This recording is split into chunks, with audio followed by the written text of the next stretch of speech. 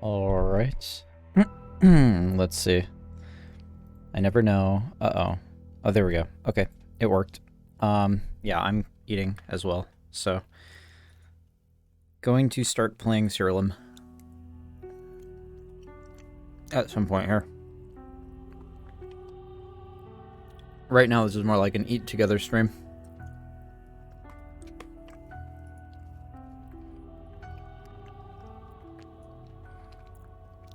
When I get into the game, I have to, basically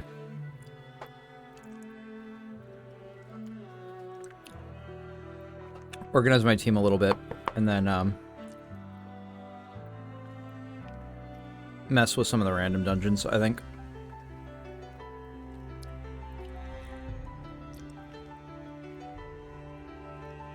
That's the plan, anyway.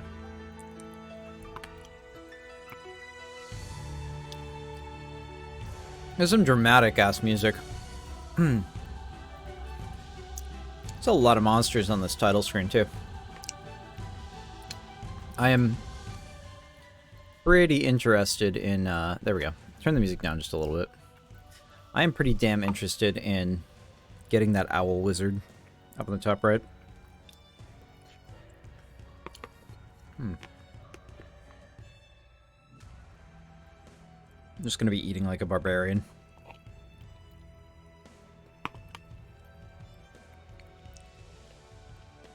Whole stream, man. This is it. High quality entertainment.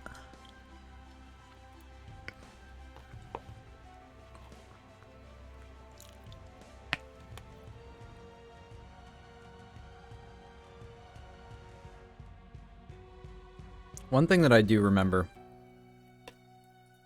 from last night's stream, and a lot has happened between last night and right now for me. But one thing that I do remember is that I've got to test to see whether my animatus is benefiting from his perk or from the artifacts that he is equipped with. I've got to isolate which thing is benefiting his stats, specifically.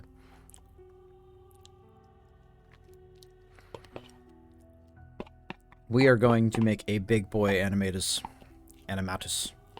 That is the goal.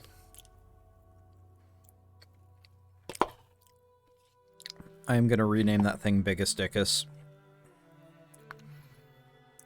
But only once it earns the title. It shall be festooned with the honor. Only upon arrival.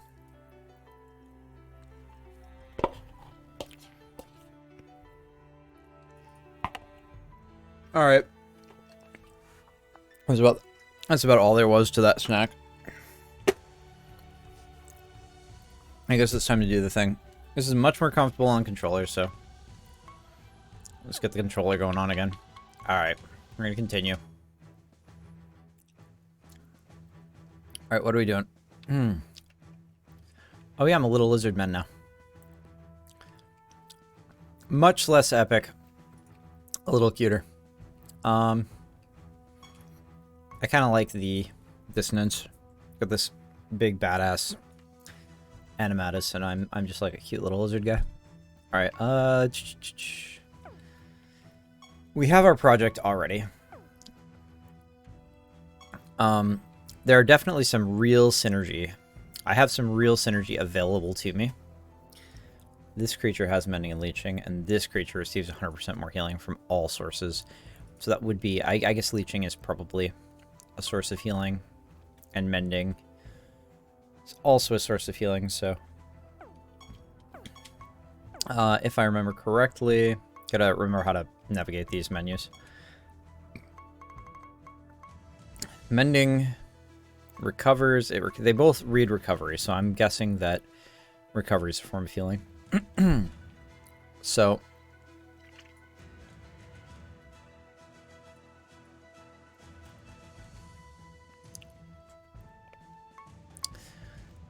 Really? So if...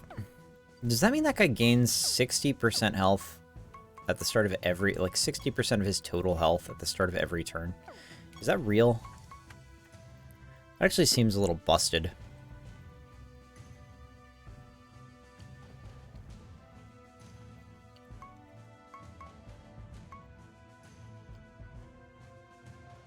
Always having mending and leeching, but specifically always...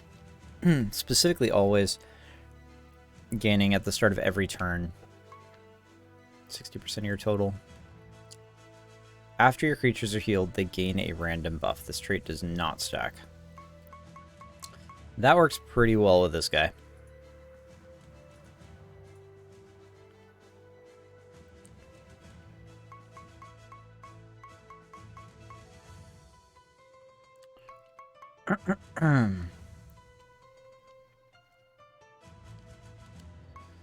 All right.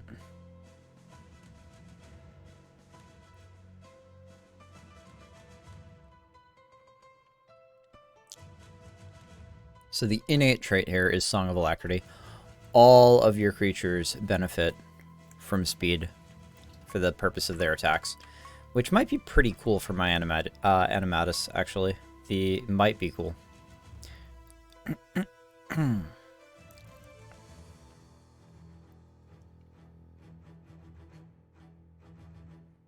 Does not benefit from creatures that also have it. So I wonder how adjacency works, because although the creatures on the enemy field seem to be aligned in a grid, which would suggest adjacencies both horizontal and vertical, I bet that the adjacencies only count horizontal, because they would only count horizontal on your team as well.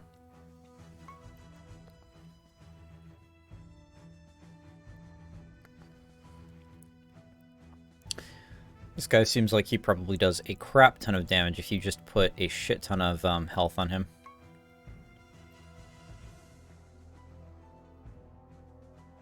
This seems really powerful, so I want to Cold Slam Yeti.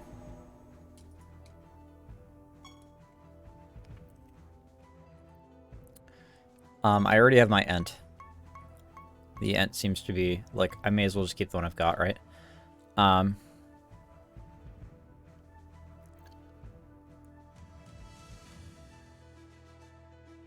This guy's got really high speed though, doesn't he? Yeah, so the problem here, right, is that the first time this guy attacks, like, you want a bunch of guys that are faster than him and attacking. or casting spells. A bunch of really fast spell casters. And then this guy attacks and he unloads. He attacks like 5 times. Which is obviously just 5 times damage, I guess. But getting him to attack last, I mean, he's going to spells your creatures have cast. Okay, so it's 5 max, and it's only 5 if every creature on your team is using spells. And it's been a full turn since he attacked. So he's eventually going to get 5 if you're casting with all your characters. This is a cool way to limit the enemy team.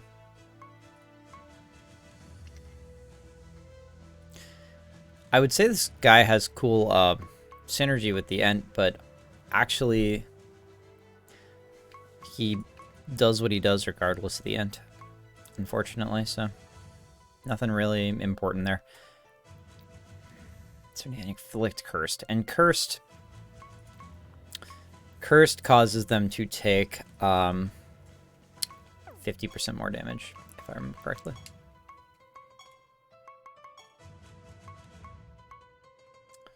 Show me Cursed, boyo. If Cursed deal damage with attacks or spells, they take damage equal to... Ah, okay. Interesting.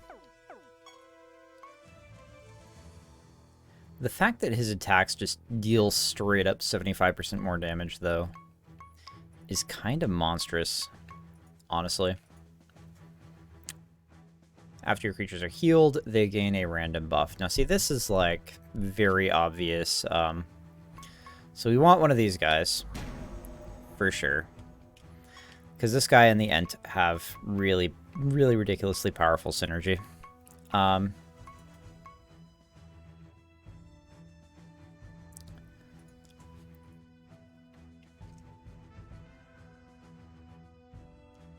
Attacks deal 50% of their damage using speed instead of attack. So this is only favorable if your team has more speed than attack. And it splits evenly, which means that getting speed and attack become equally desirable, which is good for the sake of, like, stacking a bit of dodge and making sure that your team can go first.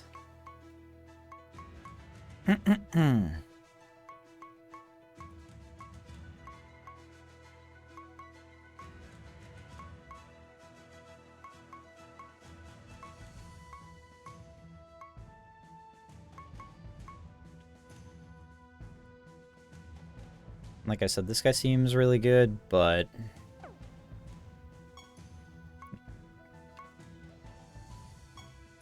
at a glance, not entirely convinced.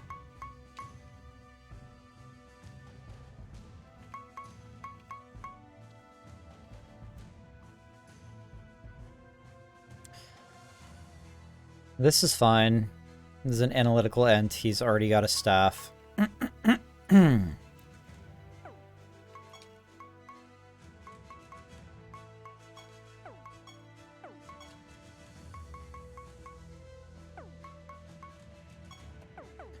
We want to craft some spell gems for sure. But first I want to see... Okay, what do we have? Withdraw. Take a creature with me on my journey. So we got the Cold Slam Yeti here. He's great. We wanna build him defensively. I think probably the least impressive.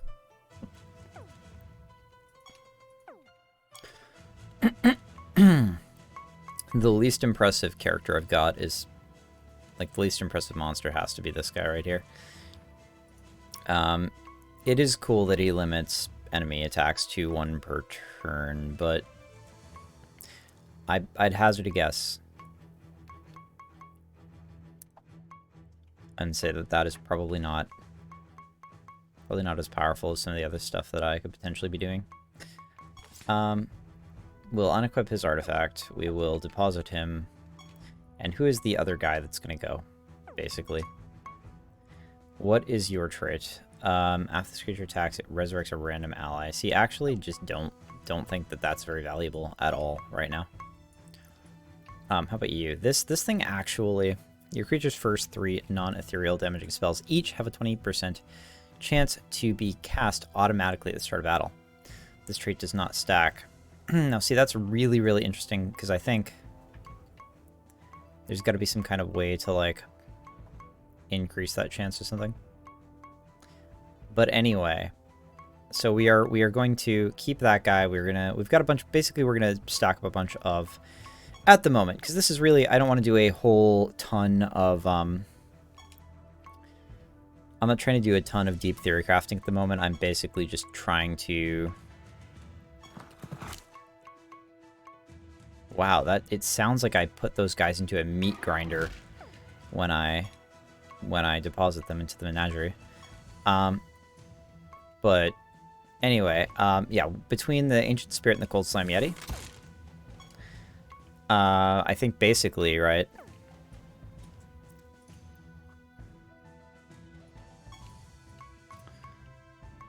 Basically,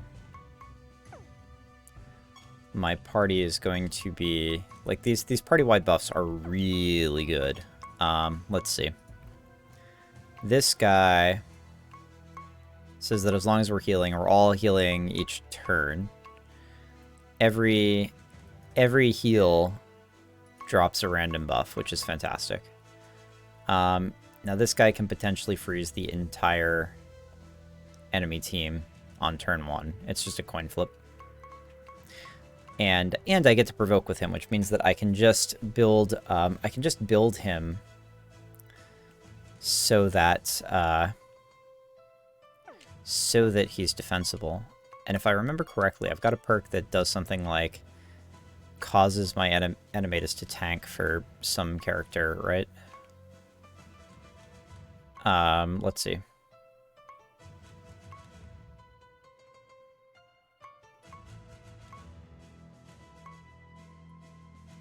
Splits the damage it takes with your sixth creature. That's actually not great, unfortunately. That's the one I was thinking of, but it's not the sort of effect you would be hoping for. In this case, you would actually like, I mean, kind of. I would honestly like, splits the damage it takes. I wish that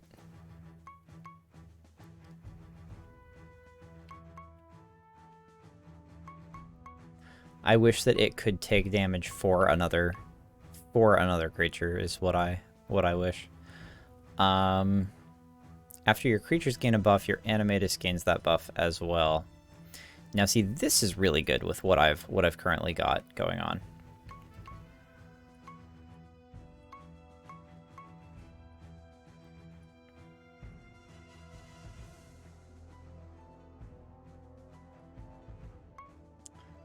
Okay, so one of the things that we definitely want... Well, let's talk to this guy, and let's reorder our creatures real quick. We want the animatus in slot 3, because then he benefits from his own attributes, or we think so. We have to test that, actually, by unequipping him, right? So if we... He's got 78 attack now. If we unequip this... Okay, so his attack is not benefiting. Is there some kind of, like, sandbox? I really wish that there were some kind of sandbox. If I gave any spoilers yesterday, always happy to see someone discover Siralim. Haven't had much free time to play Siralim as much as I'd like, but I did jump into it some today to look at creating an Animus team. Nice, yeah, and no, don't worry about it, man. You know, spoilers are going to start to matter less as I get further along in the game. Unfortunately, I'm probably going to be playing at a pace that's kind of painful for viewers for at least a little while, because I'm kind of trying to do a sort of thorough, thoughtful thing here, and I'm working with one of my buddies who actually uploaded a video. So if you want to watch somebody else tackle Siralim, I can post a link in chat real quick, something for you to... I don't know if VODs are nearly as interesting, but this guy also has a YouTube channel. So here's that, and then SO Overkill. I think this should shout out. Unless I don't have a bot anymore. Yeah, I don't think that's going to work. So what I will do is I will just actually plug his stream straight up. There we go. And that is, that's my friend Adam. And he is also playing through Siralim. Let me see. But yeah, you didn't give anything away, I don't think. Not that I remember anyway. I think I'm gonna do. Let me real quick remind myself.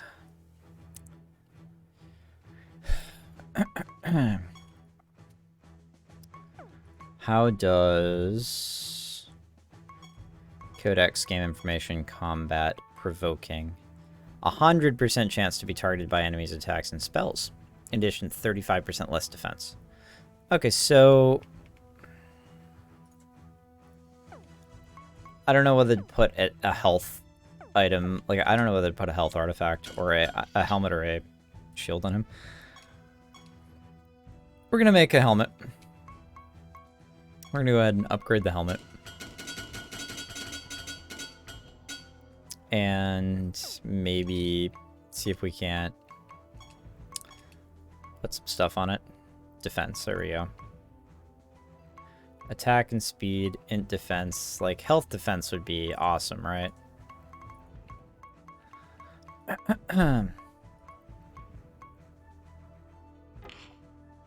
Defense is the one I'm gonna go with for now. This is another trait, stat slot, but I don't really have enough to do. Health speed doesn't sound terrible, I guess.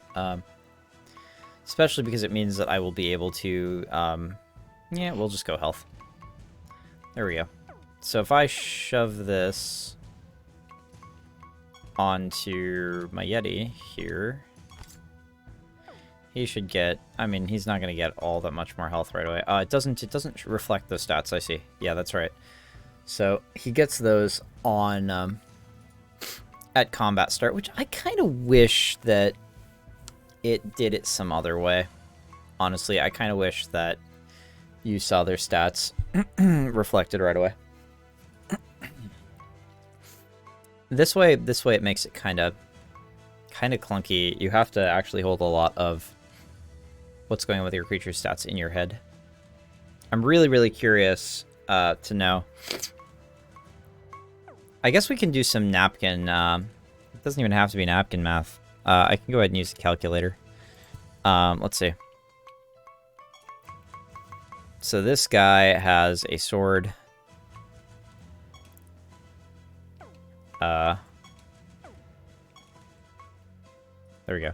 This guy's a sword that is giving him 19%. Oh, I don't know whether it's multiplicative or not. I'm gonna guess these are additive. So if they're additive, it's gonna be like 38, right? 20, 38. So we'll do just 19, 19, and 12. Should total to 50. So he's gonna get 50% attack. And if his attack stat is 78, 78 multiplied by 1.5 ought to be 112. So we will see if he is getting... Actually, and a good way to test this would just be to switch switch his positions halfway through. So 112.5 is the expected number. If it's only being affected by triophobia, huh? I don't understand. Triophobia. Anyway.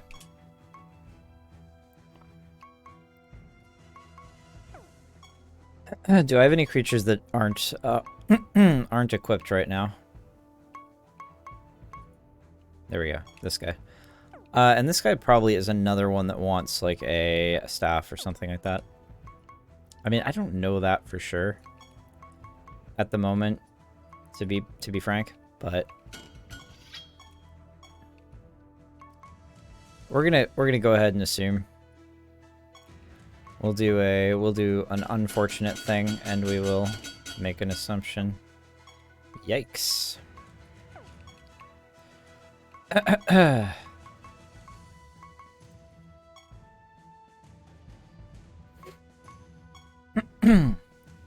Alright. What do we put in this? Not attack and speed. Int defense. That sounds really good. Do another int defense, honestly. No, I don't have enough brimstone. It's time to grind, boys. But first, I'm gonna craft some spells. I'm gonna craft some damagey spells for my guys, because... So, like, this seems like a damage spell, right? Continuously. Small damage continuously.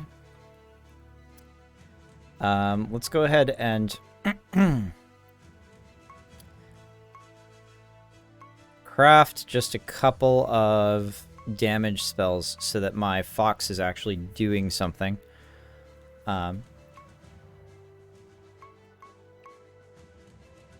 Magic missile. Damage equal to its int minus its attack. Minor healing. But the only thing that applies to that, and it's non-ethereal. Poison arrow. Alright, did we make a poison arrow? I don't think we did. Use 0 of these gems. Okay, so let's make a poison arrow. Let's make a rend. Let's make a...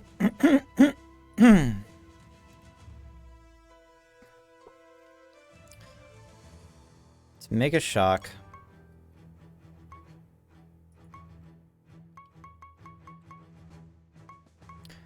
Nightmare already has a chance of being cast. Cloud Beam also.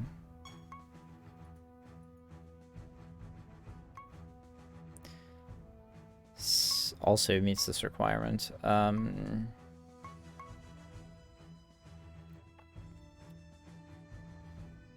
Desecrate. Desecrate. Plus 100% more damage for each enemy of the same race. Okay, that actually seems like it's probably fairly good for random encounters.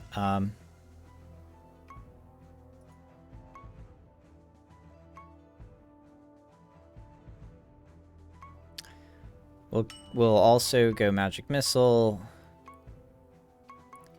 And for the heck of it, we can do a Mind Crunch, I think, because that must count as a damaging spell. And Ethereal is just the hourglass looking thing, right?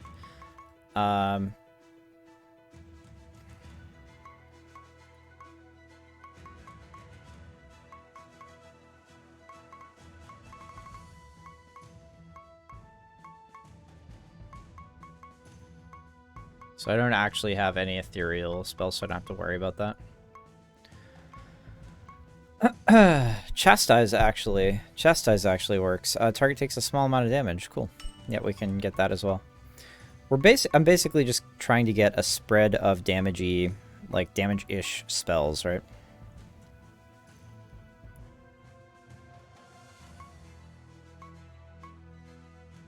Yeah, the ethereal icon is that hourglass, by the look of it. And I know this probably seems a little bit over the top at the moment.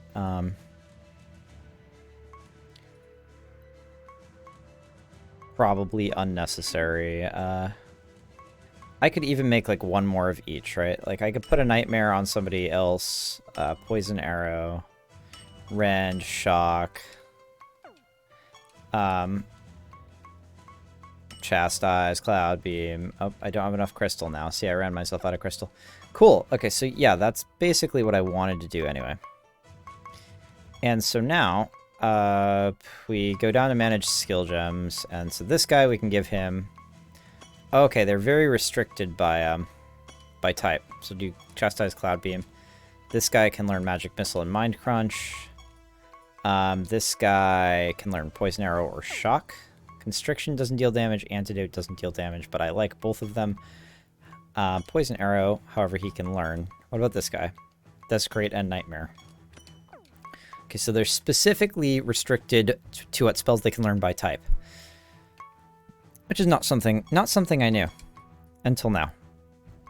But it's not a super big deal, to be honest. But all right, so I think rather than Constriction, we are going to run with Shock, so that we have 2 on here. Because this guy's trait, let me read it again. 3, your creatures, so every creature on my team, their first 3 non-ethereal damaging spell gems have a 20% chance to be cast automatically at the start of battle. So that could wipe out, you know, a lot of combats. Because it sounds like those are separate rolls, which, okay, I gotta get these. Sorry, my chair is killing me. It sounds like those are cast separately, right? Like those are rolled separately. Every chance to trigger one of those seems like it's probably a separate roll, which means that, you know, pretty regularly my guys should be popping off at the start of a fight. We're gonna go to Realm Depth 3, and we're gonna do a random realm, because I haven't done that yet. So before we progress the story anymore, and this doesn't take any power, so let's go. Realm quest received. So this looks like, I wonder if it randoms out of the realms that I have unlocked. That would be really interesting. And I wonder if I get Apachronix faith and stuff from this. I bet I do. I bet it does. I only have 5 emblems of Apachronix, so I cannot yet get the Howler Skull or the F-Towler. And if I could get something, I'd probably go for F-Towler. Explosive Arrow Inscription is very tempting as well for like speed-based builds, but I don't think I am ever going to be doing speed-based stuff. Well, at least not while I'm rolling with my starter team. And these destructibles still do nothing, right? Jack shit. It's just the these mushrooms here. Yeah, get Agile. What does Agile do again? Let's see.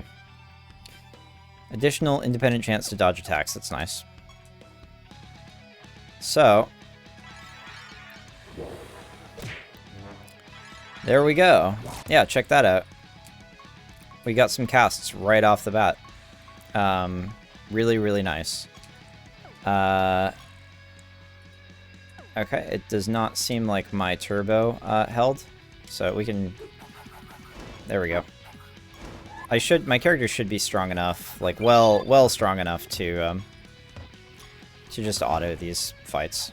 So my Animatus is basically going to kill everything. I'm really here to level up the guys I just put on my team. Repelling. That's really funny. You just refresh the mushroom in the mini dungeon. At the end, what's the Bloodstone? Chance to attack after use. It's the Enchanter. So this is the enchantment, the spell gem buff materials. Very cool. Rabid Dementia Inscription. Target attacks random enemy for 200% normal damage. Target attacks an enemy, a random enemy, for 200% normal damage. Wow. That's just crazy. I get there are probably farming, kind of like you put together a farming team that's, you know, fairly strong when you're just holding extra turbo, but the strongest teams are, it seems like, are definitely going to be like teams that require a little manual elbow grease. And I'm probably going to put together something like that because it'll be way more fun to run on stream.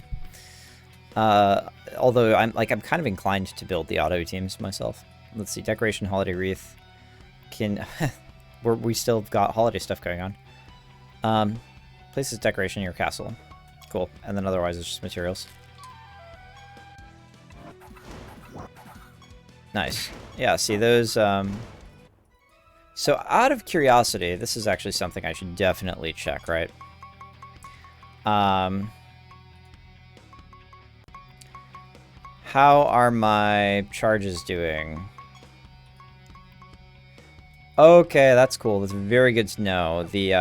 The trait, the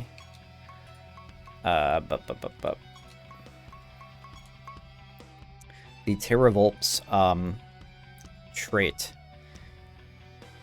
consumes charges. It does not give you free casts, which actually I should not have assumed that it did, but it definitely that's definitely how I intuitively expected it to work for reasons that I can't justify. Macros will cut down on battle time considerably, especially as you get into the end game. Have spent a good chunk of time creating and refining my macros. Oh, nice. Yeah, I'll definitely spend some time with that then. That's the sort of thing where I was like, okay, I definitely want what was it, Rabid, the Rabid cast spell gem that I just got, because if I put that on one of my guys that is basically more of a caster right now, and I have them casted on my Animatus, then, you know, the Animatus is going to OTK something on the enemy team, which is way more valuable as far as spending a turn goes than just having it cast, you know, whatever spell or having it attack on its own. But only if I can actually manage to do that. Like, I'd love to hold the turbo button and have that happen. Unlocks the decoration salamander plush. Cool. Let's see. So it seems like I get like more cosmetics and stuff out of random dungeons, and this is, you know, based on the world's smallest sample size, but okay, so yeah, that Volp's trait is wacky though. Too difficult, too easy. Consider changing the game difficulty by opening the battle menu, and then gameplay by default difficulty set to 1, but you can change it from 0 up to 9 for greater challenge. Higher difficulties do not increase the amount of rewards you receive. Oh man, I hate it when they do slider difficulties, and they started me at 0? Are you kidding me? I wonder if Adam knows about this. Adam, if you're in chat, do you know about the difficulty slider yet?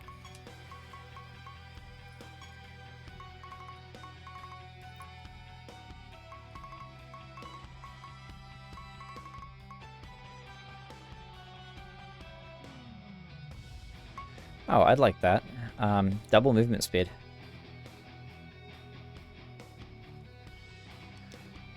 Unwieldy for some players. There are so many. So disable summon notification pop-ups, loot display filter. Huh. I feel like I may turn battle animations off pretty quickly. Auto interact with objects. Resource nodes and destructible objects. Yes. And double movement speed. Yes. I will confer with Adam after the stream. I don't think this is... There's the game difficulty. You must be in your castle to use this option. Okay, so I think it just bumps the level of stuff. That's really weird. That's a really weird way to control difficulty. Wait, what? I can zoom out? Oh my goodness. Suddenly this is a very different game. I'm not keeping that because that seems awful. But what the heck? That's crazy. Actually, it's kind of nice a little zoomed in, to be frank. Oh, this is so much better. Okay, I found the sauce, guys. We're gonna do 2x because it seems like the game was kind of designed to deal with that. Battle text, boss damage. Okay, cool. Okay. Yeah, this is a bunch of stuff. Holy crap. Didn't know, but so does this isn't an automatic interact. Okay. Cool. Yeah, I mean, if we're just gonna be doing this, we might as well turn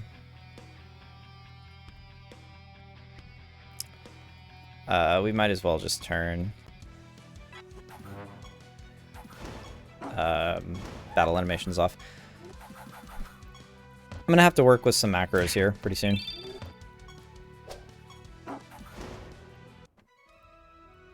I think the way to do that, is that not a destructible? Okay, yeah. The way to do this is probably gonna be to I have to set my Yeti to provoke. Number 1. Number 2, I've got to what is that? You dug up the buried treasure. Okay. Curie of bombing. Yeah. We've gotten one of those before. Agate.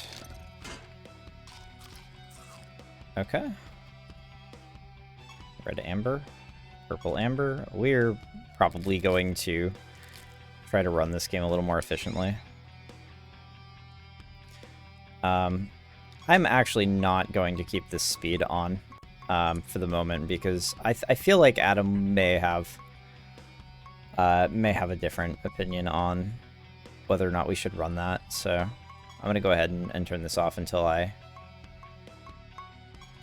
confer with him as to whether that's like changing the game state too much. I think anything internal he's gonna be fine with, but that's only my intuition. I don't want to make assumptions because we're both kind of supposed to be playing on like the same you know, speed. Like for example, cracking cheat engine or whatever and cranking up the speed. Okay, so chests now open automatically. I didn't know that. So I skipped one of those chests and did not see what it was in. The automatic interactables is a little bit arbitrary, it seems like. Arcane Dust, distributed to all your active projects. Oh, okay. Cool. So wait, do all active projects use exactly the same mats? Is that what's going on? Emblem of Apocrina X, excellent. Copper Mallet, that was another project resource if I have my mats straight. Cool.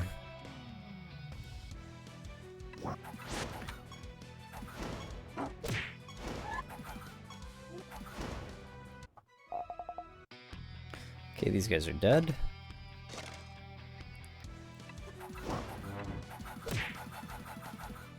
Okay, what level are my guys is the question.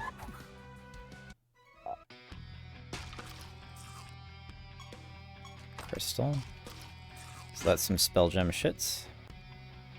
Cool.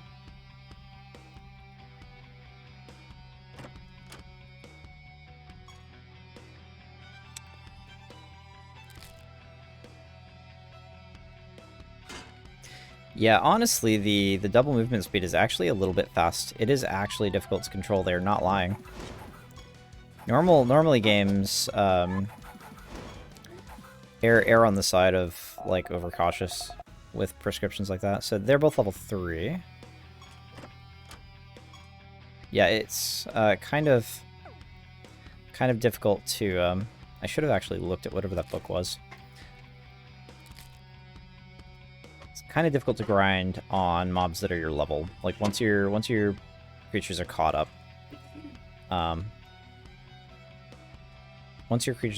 it kind of feels like the XP falls off pretty hard. All right, we got some stuff up in the top and top left, and that's it. So we'll go up there, and then we're done with this random realm, I guess.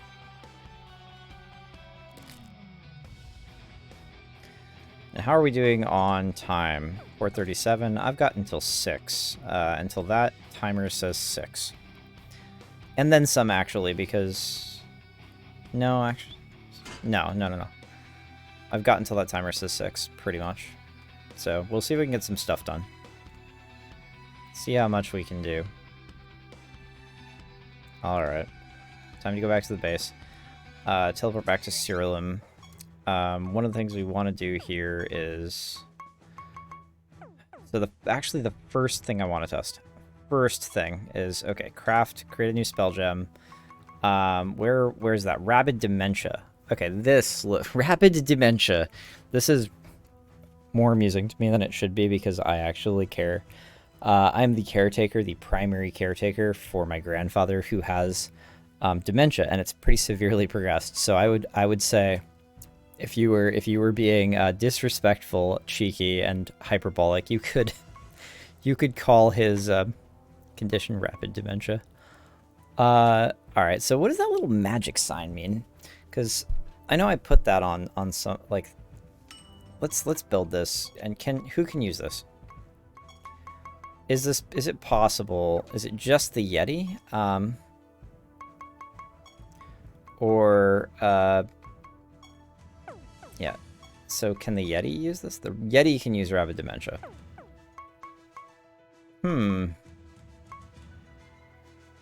Crazy. We need a desirable spellcaster with, what is that, what's the type? How do I see this? Sorcery, okay.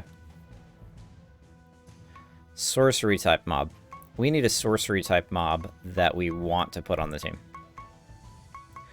Right now we have 2 life type mobs. Spirit and life. Okay, spirit and life. That's why, let me see. No? So I don't have any spirit, so either, and, oh, okay. Oh, so there's like, so being an ancient spirit, he's a spirit, he's also, and this is a Vulpes type, so there are like types of, so there's a hound. Interesting. Interesting. I wonder if they're going to make use of those tags in like Magic the Gathering kind of tag fashion. If they're gonna use that, can you do like Vulpes themed builds later? I bet you can. With 1,200 monsters, they better have that, right? Okay. It's amazing that they did sprites for every single one of these monsters. 1,200 monsters. I don't even want to think about that. As an artist, I don't want to think about that. Let's see. So I can put... I wanted this guy to provoke, but he's the only guy that I can put Rabid Dementia on right now. And if I set a macro, assign a macro. Okay, macro 1. This macro doesn't have any lines. So how do I make a macro?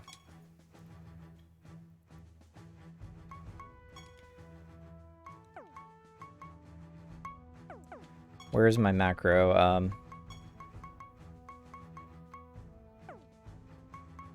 Macros, there we go. Edit macro, macro 1, add line. Oh,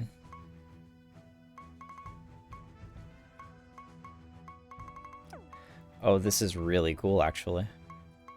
This is excellent.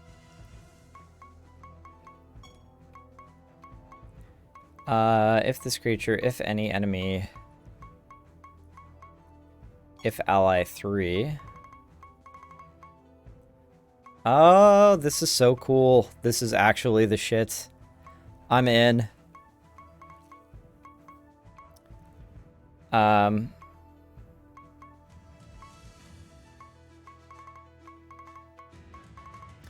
Oh, this is... I'm immediately like... I was not expecting this. This is such a nice little tool. Spirit would be race. Life would be the class. Okay, so race class. I will try to remember that. So how do I say... What I would like him to do is...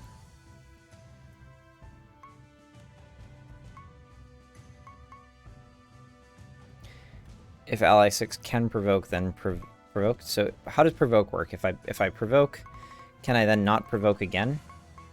Because basically I want him to provoke turn 1 and then start spamming Rabid Dementia on my Animatus. So is on turn X. Is on turn 1. Provoke. Add line. If this creature...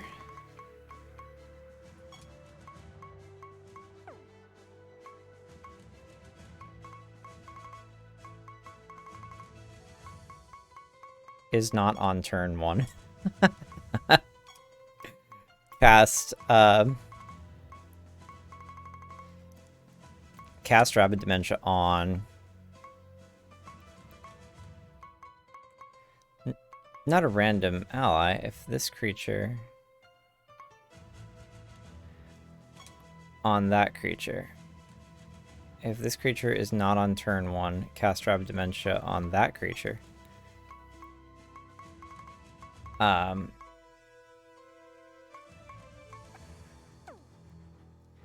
If ally is on turn 1, provoke. Okay, remove line. Remove line. Okay, so what we want to do is go add a line, and we want to go if this creature is not on turn 1. Is not on turn 1. Cast... Do I get an else condition? I better get an else condition. Is not on turn 1. We want him to cast do rapid dementia on not random. Why is it random? How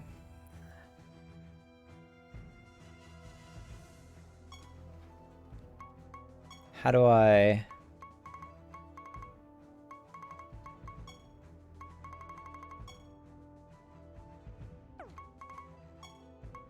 test next line? Hey, Tiger Wolfhawk, how's it going?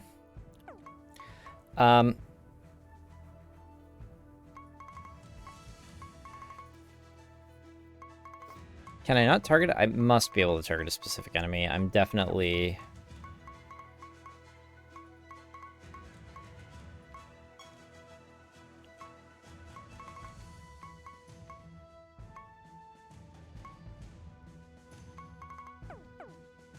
It's not on turn 1. Cast Rabid Dementia on that creature. Well, what if it's a this? What if I'm understanding this that? If this creature is not on turn 1, well, I think we could just go if this creature is on turn 1, provoke. If this creature is not on turn 1.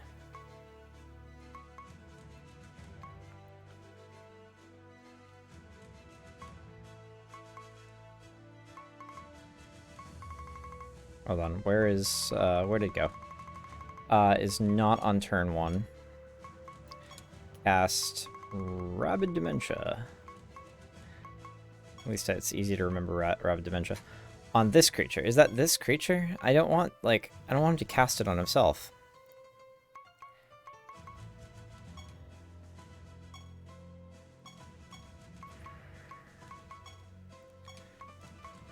Cast Affliction. No. Okay. I just want to test. Add line. If this creature is not on turn 1. It's not on turn 1. Cast Rabid Dementia on random ally.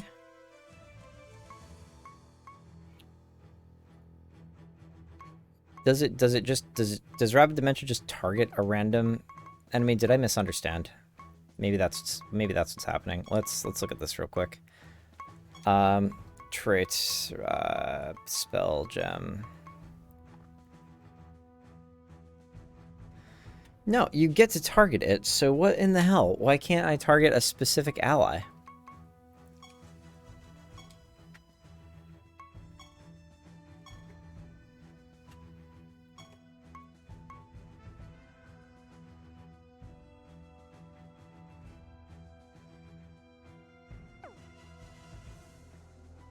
I must have to add another conditional, I guess. So let's just go ahead and remove this. If this creature is not on turn 1, so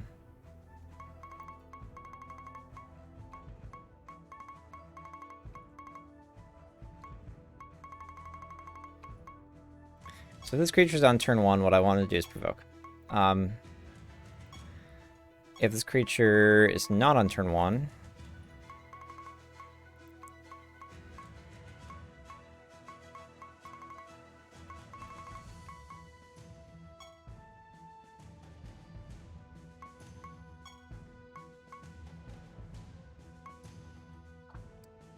we're gonna have it cast. Well, no,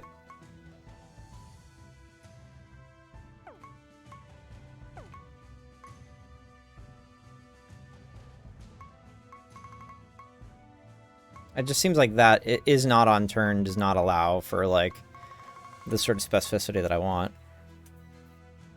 And you're entertaining. Thank you.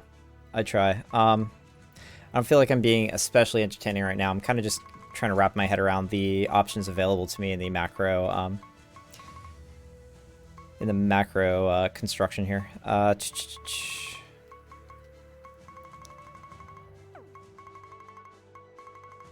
So we've got, like, one conditional, basically.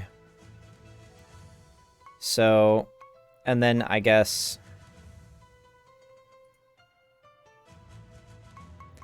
do we get, like, an otherwise?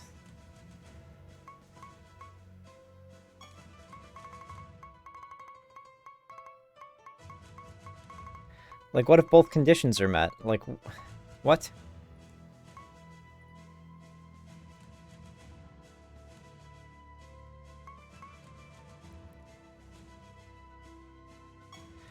So I'm not on turn 1. I want to cast...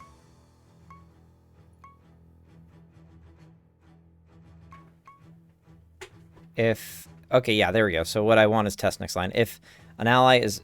Not if an ally. If this creature is not on turn 1. Okay, there we go. Yeah, I think I figured it out.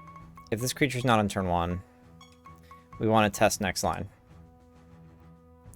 There we go. Now we can specify. I mean, yeah, you can help with the macro. I don't think that Adam would consider help with the way that the fucking macros work. This feels like almost like metagame shit, but I'm not sure, actually. I think I should ask him. Maybe. I don't know. For now, I'm going to tacitly say it's okay. If ally 3 is not on turn 1? Well, what if... Is it not possible... is it not possible for... ally 3 to get 2 turns before before like the Yeti gets a turn. But I think like, so if we use this, let me keep going with this line of logic, because it says test next line. So if we go, if this creature is not on turn 1, test next line, and we add a line that says, you know, if ally 3 is alive, right, is not dead, is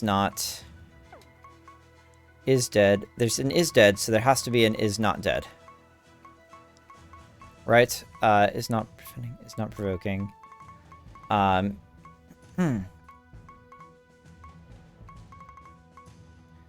Doesn't have X. Resurrected X time. Died less than once.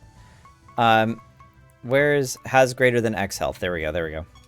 Greater than 0% health. Cast. There we go. We've done it. We're here. Rabid Dementia on this creature. Yes! I think it's that creature, though. That's what we want. If this creature is on turn 1, provoke. If this creature is not on turn 1, if ally 3, that would be my Animatus, has greater than 0% health, cast Rabid Dementia on that creature. That is exactly what we want. So we go back, macro 1. Okay, then we want to rename macro 1 into,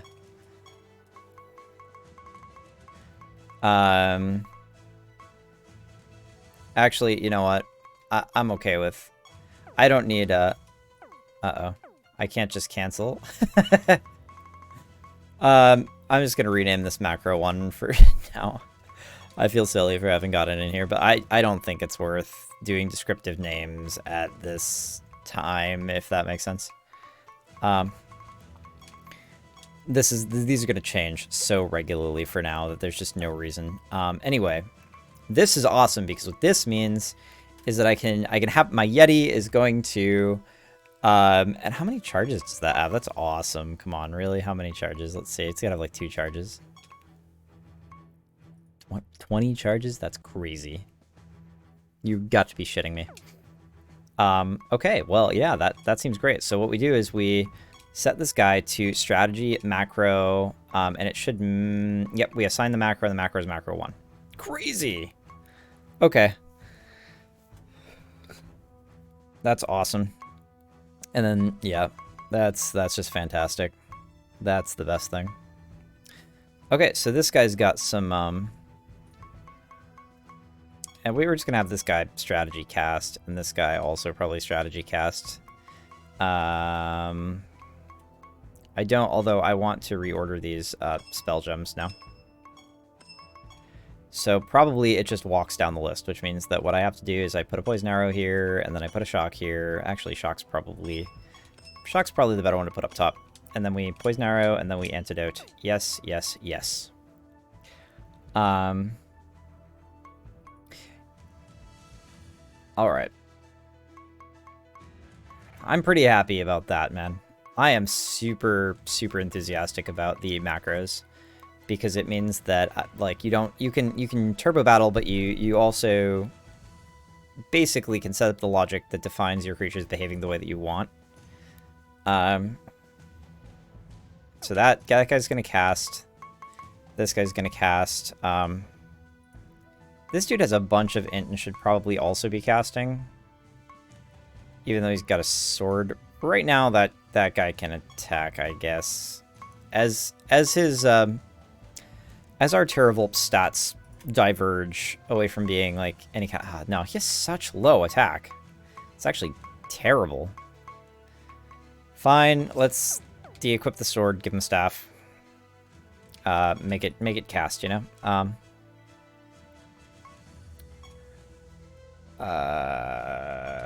Let's forge his staff. Do I have enough? Okay,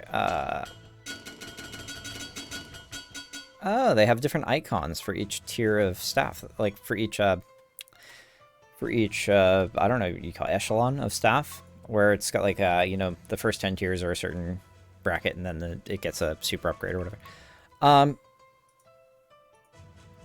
Alright, let's take this staff now that we have. Oh, are these equipped? And I already had one that wasn't equipped?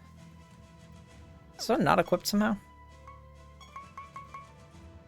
What does the star mean?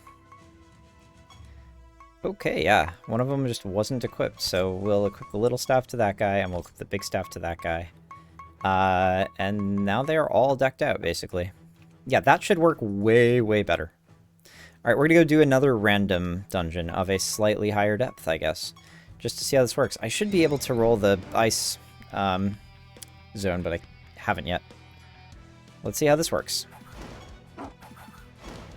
Okay, so Mr. Yeti, are you gonna provoke for me? Yep. Oh, dude, I'm so psyched.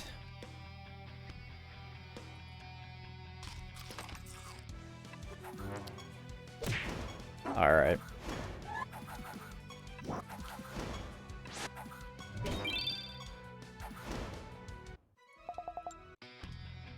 Excellent.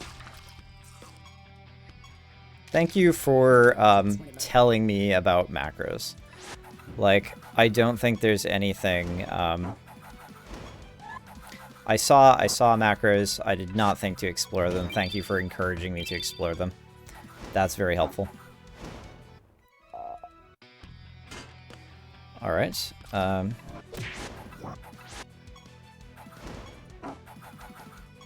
Yo. This is great. Now that I can trust my creature to behave properly, when I'm holding down my turbo button, you know, that's a whole different story. Also allows me to focus mostly on, like, the higher level of game that I am actually interested in playing. Not bad. Found the treasure map. Now find the treasure. Okay, so that was that that little buried treasure that I walked over last time. Excellent.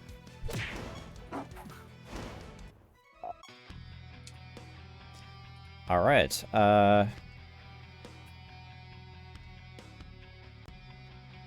I'm having a good time now. That macros thing is kind of a game changer, honestly, because this game so badly wants you to hold its turbo button, and it's like,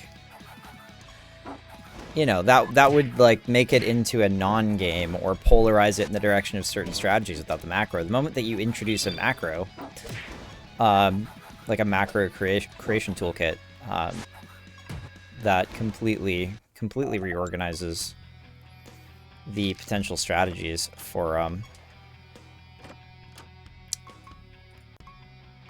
dealing with the way that you're obviously supposed to interface with combat. Powered Beast. What is it? Or Blast. What is this?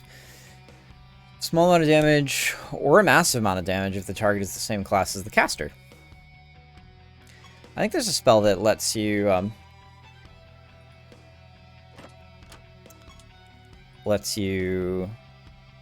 change the class of the caster around, but also, like, specifically, you can actually just have the turbo mode check it for you if you've just got a comprehensive macro.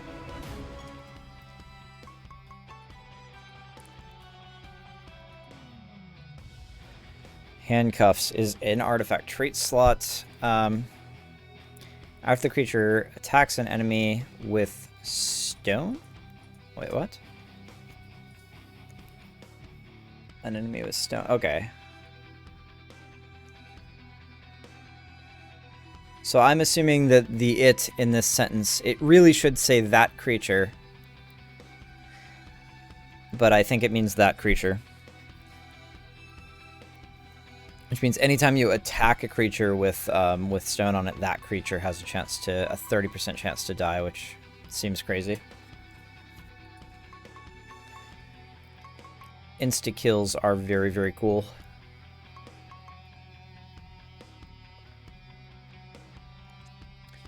Especially powerful if you combine that with, like, multiple attack specs.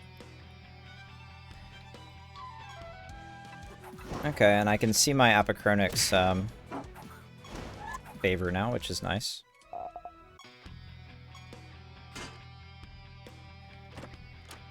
Curie of Disarming. Yep, chance to disarm for a trick slot. Okay.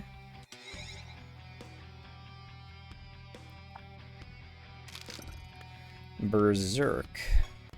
This means I do more damage, which is kind of ridiculous.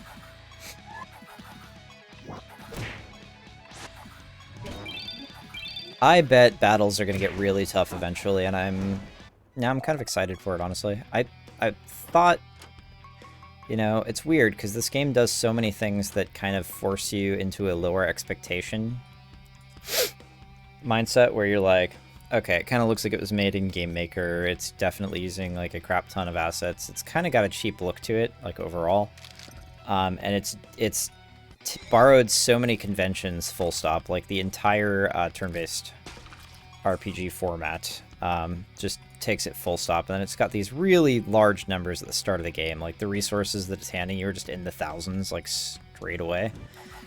And so because I've seen so many bad games do these things, I keep expecting the game to be straight up shit. But it ends up so far it's been doing a pretty good job of, like, I keep discovering corner mechanics that kind of pull everything together or make it at least at least interesting. Like, you know, the automatic battles. Oops, I really should have read that. The problem is that, like, now that I have the automatic interact on, when I walk into chests, like, I'm used to walking up to them and then pressing my button to like open them. So I'm walking up to them and they open, and then I press my button, which cancels the window. Serendipity allows you to craft gems of serendipity at the enchanter. Your creatures gain savage and agile, and that's a spell gem. Savage and agile. So agile's dodge. What is savage? Let's see. Savage. This creatures have an additional independent chance to deal critical damage with attacks. Okay, so dodge and crit. Both separate from the difference spec that they normally have, which is like the difference between your speed and theirs.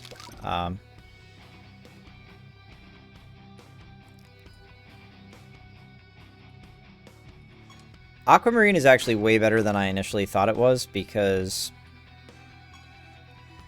you're very likely to, for example, like if there are layouts where you fight a boss at the end of the layout, you're very likely to wind up with low charges once you're there. Woman 12. That's a number. I want man 13. Give me like man 2060. Inscription Benediction. Your creatures recover a massive amount of health. Like what? Just that's it? This item is automatically consumed when you pick it up. I wonder if these are balanced around charges. So like if there's a heal that's like your creatures recover a moderate amount of health, I wonder if the difference is that the moderate health one has significantly more charges or something like that. So far, the game has been relatively careful to not just present me with complete, complete dipshittery in that way. Where normally there's, like, some kind of, at least, stretch justification for using something. And, of course, I haven't been exposed to enough of the game to say that with full confidence. This creature has 5% more intelligence for each spell that has been cast by all creatures in the current battle.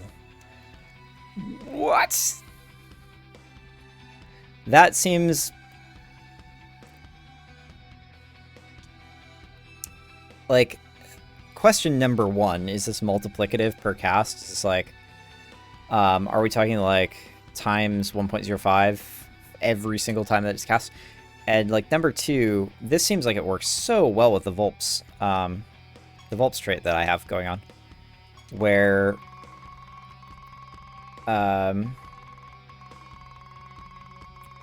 you can just let off like 9 or 10 spells right off the bat, potentially. Right, because it rolls like what? 3 times 5 at a 20%. So like, I don't know, I'd have to get like a dice roller simulator or something to do the math on that, but it seems like you could actually end up casting a lot of spells on any given first turn, like combat start with Volps. And if you strap that to your trick slot like several times, then you're getting like a massive amount of int right at the start of combat, like probably double int or something like that, depending on how far it lets you push that. Seems like something that, like, I was very tempted to play the Evoker specialty when I jumped in.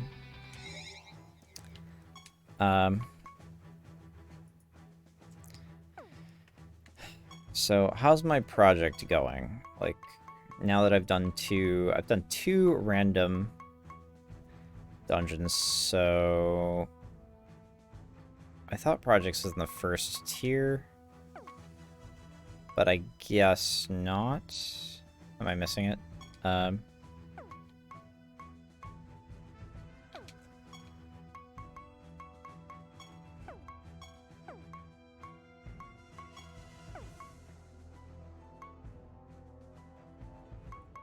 really thought it was like right here. What is going on?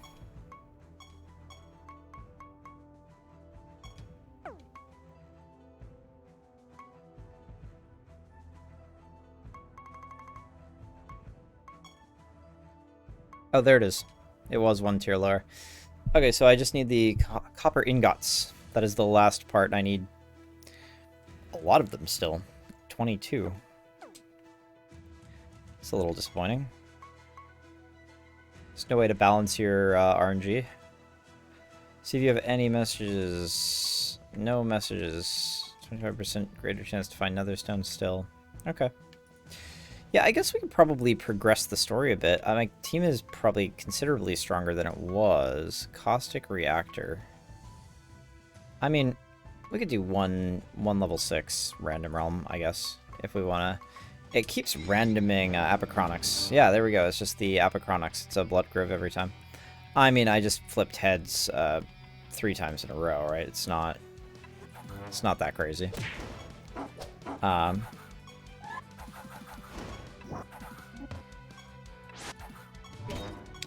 Oh, is my creature there not casting? Yeah, that guy's just attacking. That's no way to run your party with. This creature should cast.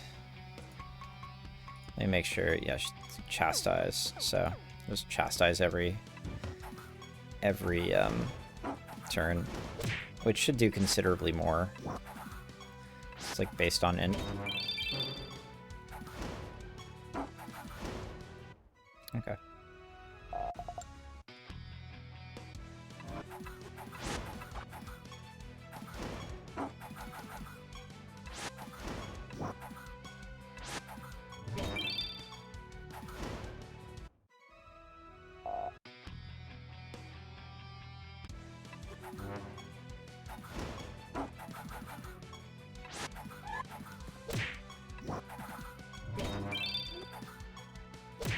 I'm trying to remember what... Oh. Okay, yeah. I know what's happening. So that guy is dead. Does he get XP? He gets XP, right?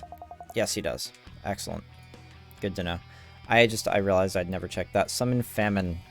Caster gains Famine.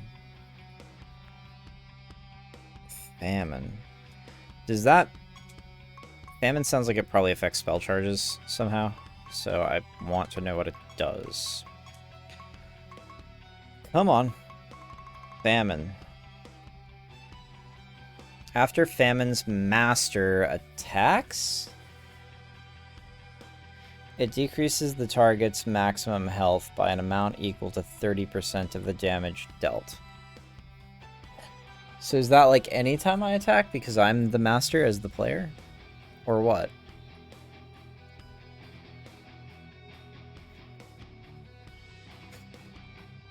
Chance to leave at the start of master's turn?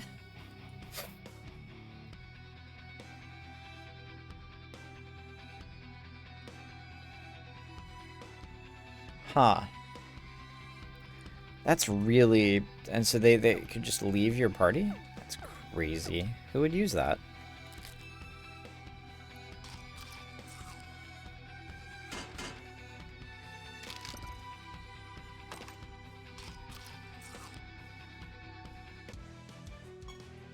That's bonkers. I don't know about that. Okay. So we are definitely, things are definitely fighting me. Like, to some extent. I think what it is those centaurs sometimes attack twice and go before my Yeti provokes, which is kind of unfortunate. I think you could generally, like, probably power through tougher realms if you, like, path carefully around and get all of the, get all the buffs first. Power, there it is. Slippery stone.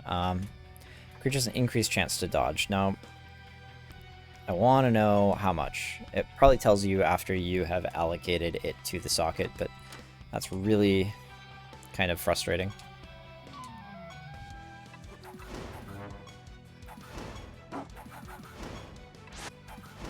There we go.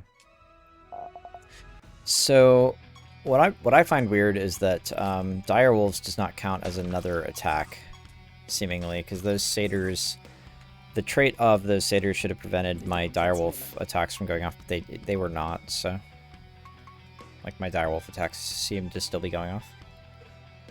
Automatically grants 25 monstrous gargantuan creatures. Oh, okay. What is a monstrous gargantuan?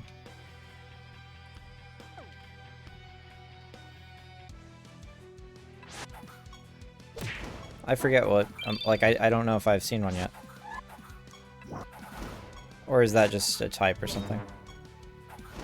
Or a race. This race in this class. Okay,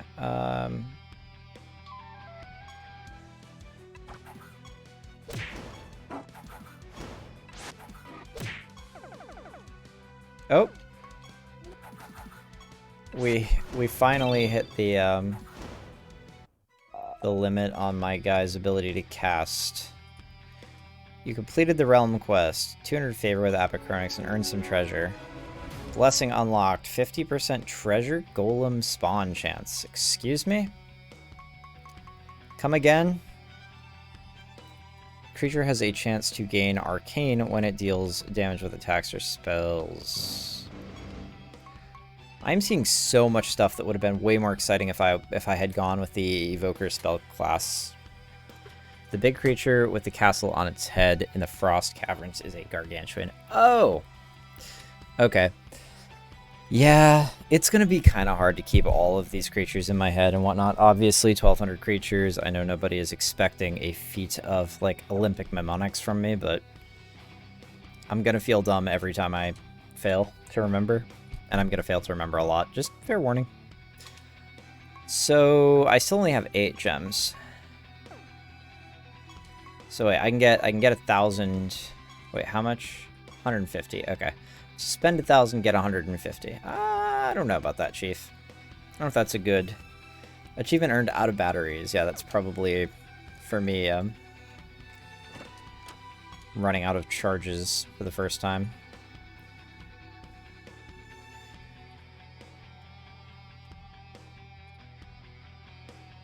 Can I see these? Is there, like, a way? No. I bet it, like, pops up for a second whenever I earn them. Purple, amber. Okay. Void Flare. If the target has been resurrected in the current battle, it is killed. Crazy. Yeah, enemy battles are gonna, like, enemy lineups are gonna get nasty later on. I can feel it. I can feel it in my bones. It's not gonna be an easy game forever. At least I'm feeling confident about that assessment. I still don't know. Never have these Destructibles done anything for me yet, but I still have a horrible suspicion. I do kind of want to know what, yikes. Oh. I still kind of want to know what the treasure golem is all about. Okay, so my Yeti should be the one getting attacked from now on, right?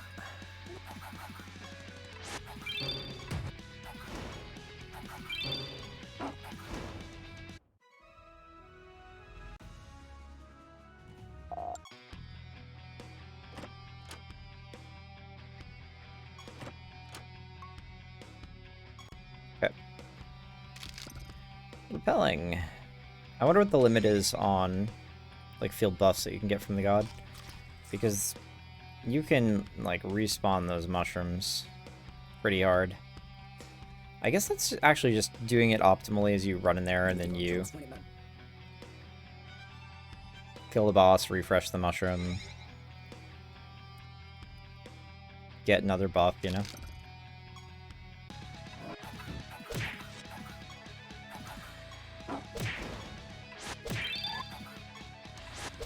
Just seems like optimal routing kind of stuff.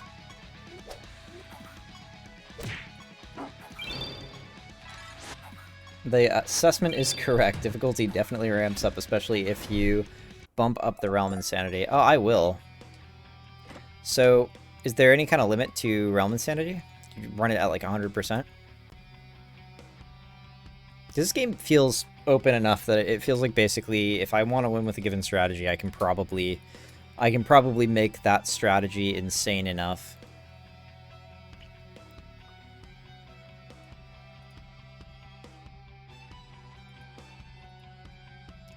Gems of Summon Direwolf. Caster gains 1 stack of Direwolves. It's crazy that this spell does 1 stack of Direwolves because, like, that means the Hellhound trait is just so powerful. Pestilence. Enemies spread 1 of their debuffs to all other enemies. Ah.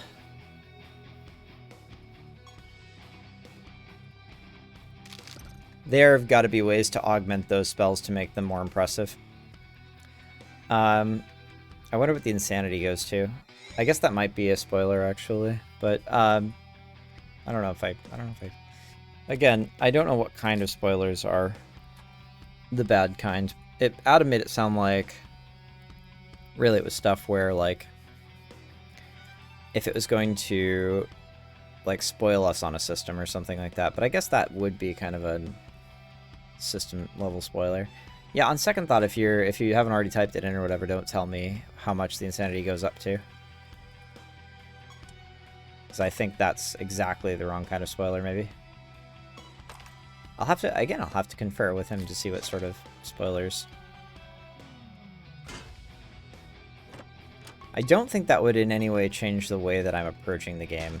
So I don't think it's necessarily a dangerous one on second thought, but I guess I should confer. I have not yet watched Adam's first couple of hours of playthrough.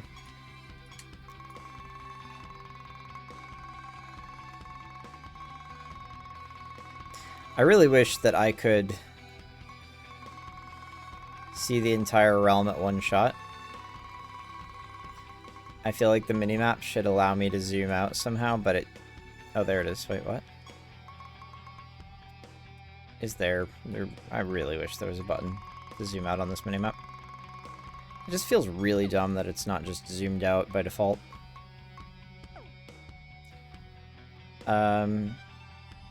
Okay, yeah, I mean... When you're done, you're done. Oh shit, I should have read that. Playing just a little too fast. Yeah, but anyway. Still got 40 minutes on the clock here, and party seems to be doing okay now. Definitely have some more currencies. Have 15,000 brimstone all of a sudden.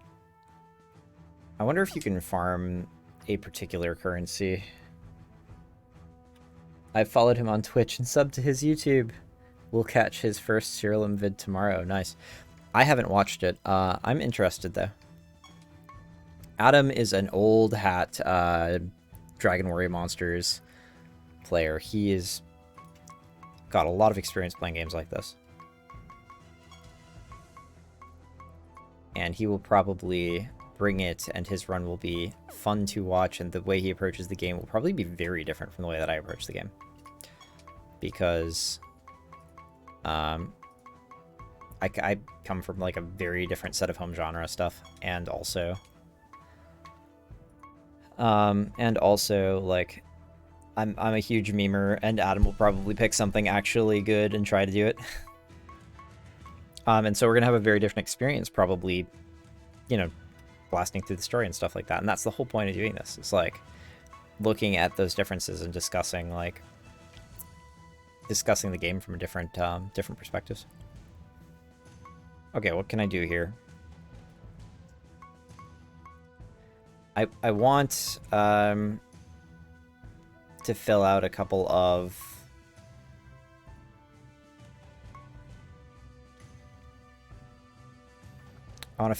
spells if I can. It's magic type. See, I don't really have any.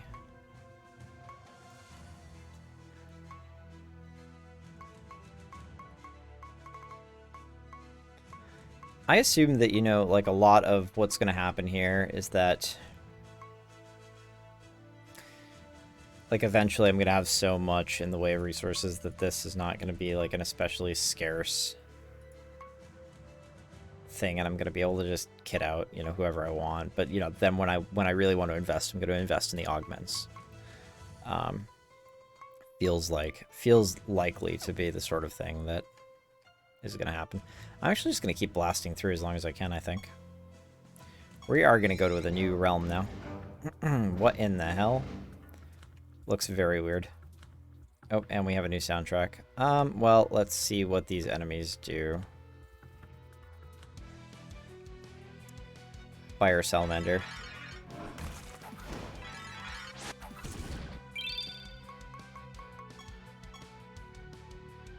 Shrewd. That's rude. Shrewd.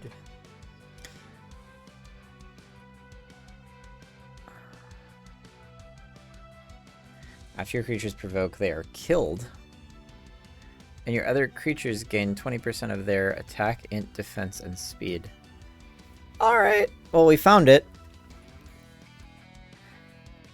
We found the stat.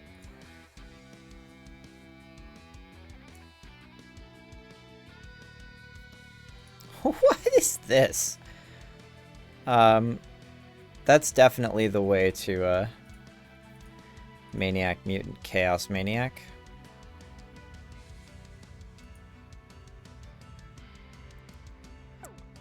That's definitely the way to ramp the Animatus if I want to do that. Dragon Warrior Monsters, right? Yeah, he's great at those games and knows a ridiculous amount about them. And so I roped him into doing this with me because, you know, obviously there's some serious inspiration going on here.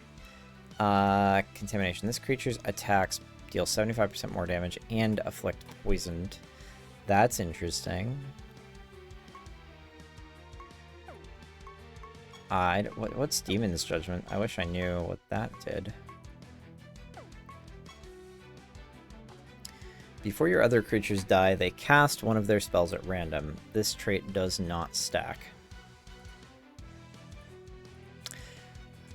I wonder if I'm willing to bet that traits only apply while you're alive, so if you want to do something like have the suicide guys going off, you probably set it up so that this guy's the last guy to suicide, so that all of those other guys cast a spell before they go.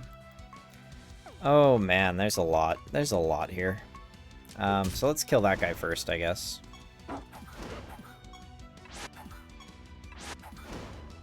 Alright, well. So we got all the summon ready for all of those. Cool. Okay. Am I gonna get to inspect? Yeah. What do you do? Dragon's Undoing. This creature deals 200% more damage to sorcery creatures and takes 65% less damage from them. Huh. That's a lot. That's like... This guy looks awesome, honestly. Although I have to admit, the way that they designed the sprite, you can really clearly see the edges of the number of pixels they had to work with, basically. It's kind of obvious on the hand that's holding the sword. Just smash through until you reach level 42 realm, and that's when you unlock fusions. I'm actually not going to chastise you for no spoilers, because typically I don't care about spoilers at all, but I am trying to do the thing, so like the specifics of when stuff is unlocked and stuff like that, I guess veer away from. I'm not trying to slap you on the wrist or anything. But yeah, I get it. I should probably be looking at that fusion stuff, really. Like, the fusion stuff is going to be where it's at, I'm sure. And I knew fusions were in this game. That's not a spoiler. That's not a spoiler. All the traits in collections. Does it... See, I wonder if all the traits are they're not revealed before I see the creatures, though, right? When this creature deals damage, it deals between 50 and 250% normal damage. Well, that's a good average.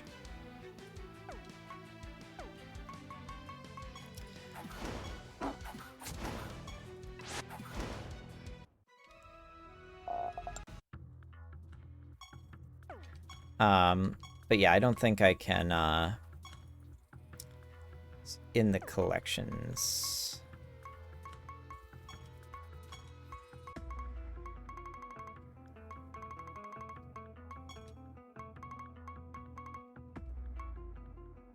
Yeah.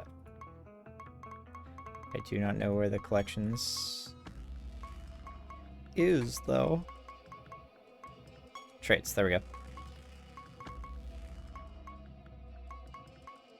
Yeah, this must only be what I've seen. Okay, so there are definitely going to be creatures that share traits. Cool.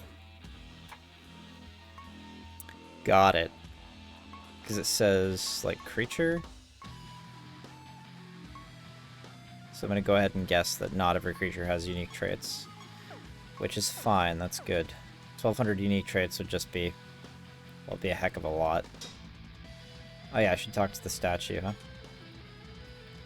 Erroneously believes he looks good in a hat.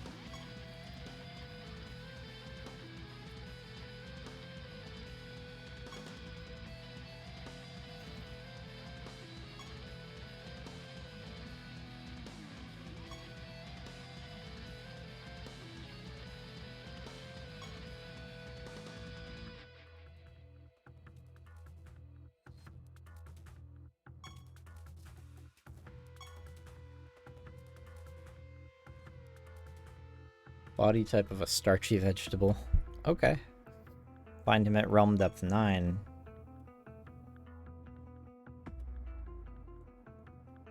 Level 42 realm. It looks like wait, you can see the monsters you collected. 1,200 creatures with unique traits. Really? That's kind of surprising. The game is going to be wacky. I wonder if I can mix traits. I'm really desperately trying to avoid phrasing curiosities as questions, because then everybody's gonna pipe up and be like, I have the answer. But yeah, I am curious about whether powerful items from its respective god. Yeah. I'm wondering if I can get traits off of one monster onto another monster somehow. Because that's where, like, that's where optimal shit starts happening. Which perks have you selected? I haven't actually done perks in a little bit because I think I'm trying to save for 100, although I don't have to. I actually really should just spend them. I forgot. Animatus gains spell slots. Animatus buffs and minions persist through death. Your Animatus gains that buff as well. See, that's like obviously really, really good. Thrive on death with the provoke trait seems really funny on that mutant, that maniac mutant.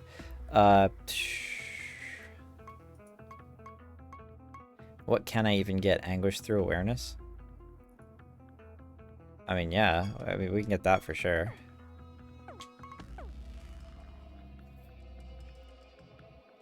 Oh, these are all just doodads I can destroy. Cool.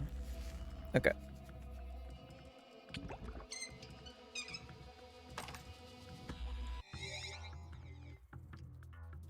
Okay. There's usually...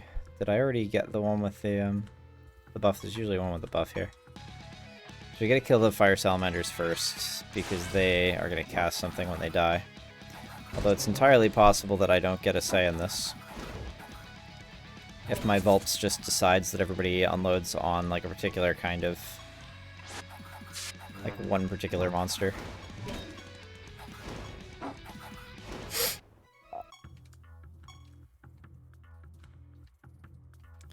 Which of these gives me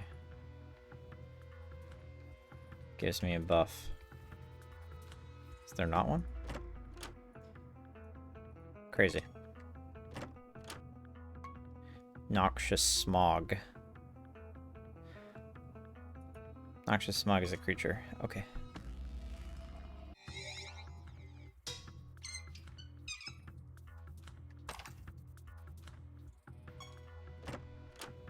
Terror Hound. That's the one that I have, right? That is the guy on my team? Yes. Okay. Resourcefulness, excuse me. That must be like I hit a certain amount of resources. Okay, let's keep going.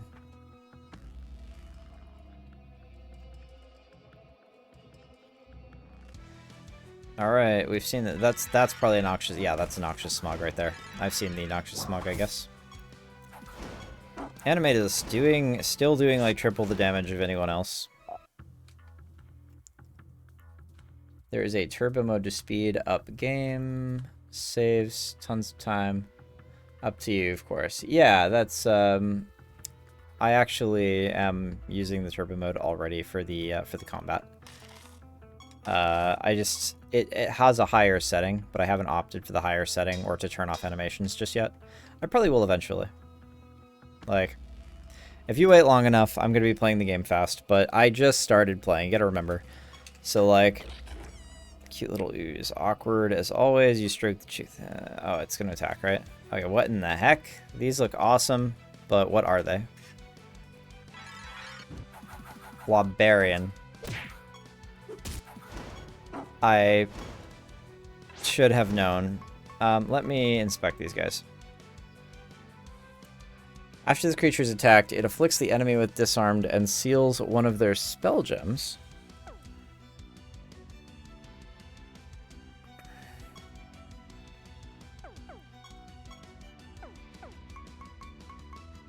Doesn't look like any of my... oh, there we go.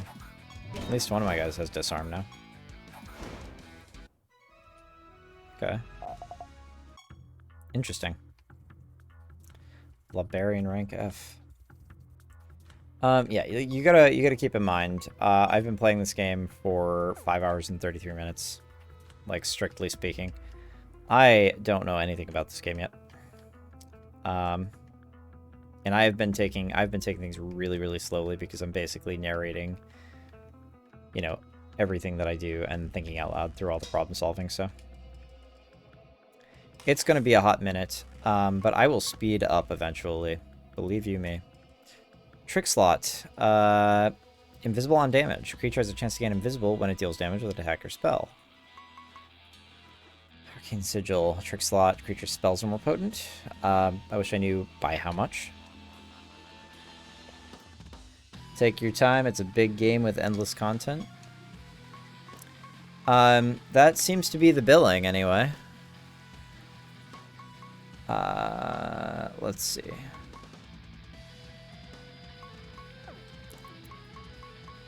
What are we going to do? What was I just trying to do? Oh yeah. That thing that I just got, invisible. I wanted to know what invisible does, because I haven't seen it yet. Cannot be manually targeted by enemy attacks or spells. This buff is removed after the creature takes an action. Huh. That's really interesting.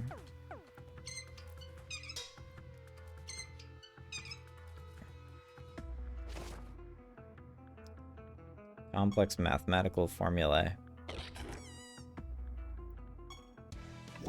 So I would assume that there are ways of creatures circumventing invisibility that will still hit you. Like indirectly, for example, like a monster, any monster that uses AoEs will circumvent that. Monsters who, like, where it triggers an attack on a random enemy, your enemy may still be appended to that list as a valid target, or your invisible monster, I guess. Venodon, God of Discord. Favor from Valves, okay. 75 knowledge points of the Cold Slime Yeti. Yeah, I want Cold Slime Yeti knowledge. I still don't know what all knowledge does. Like, I know that, for example, it reveals health during combat. I kind of want to know what else it does, to be honest. Creatures' knowledge is not on this list. Combat knowledge is not on this list.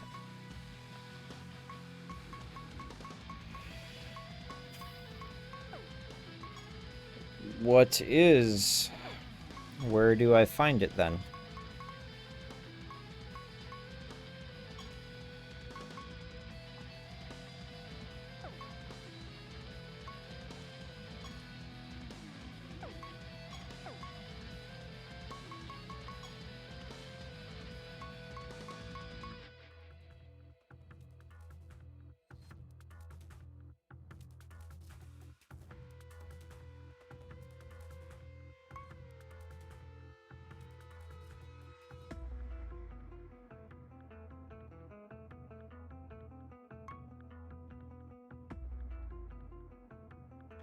As well as both of their traits.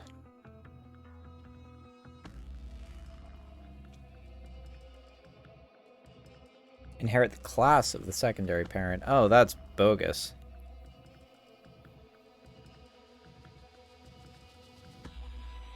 Fuse two creatures together. So wait, how you? There's no way that if you can just stockpile traits on top of each other endlessly, then that's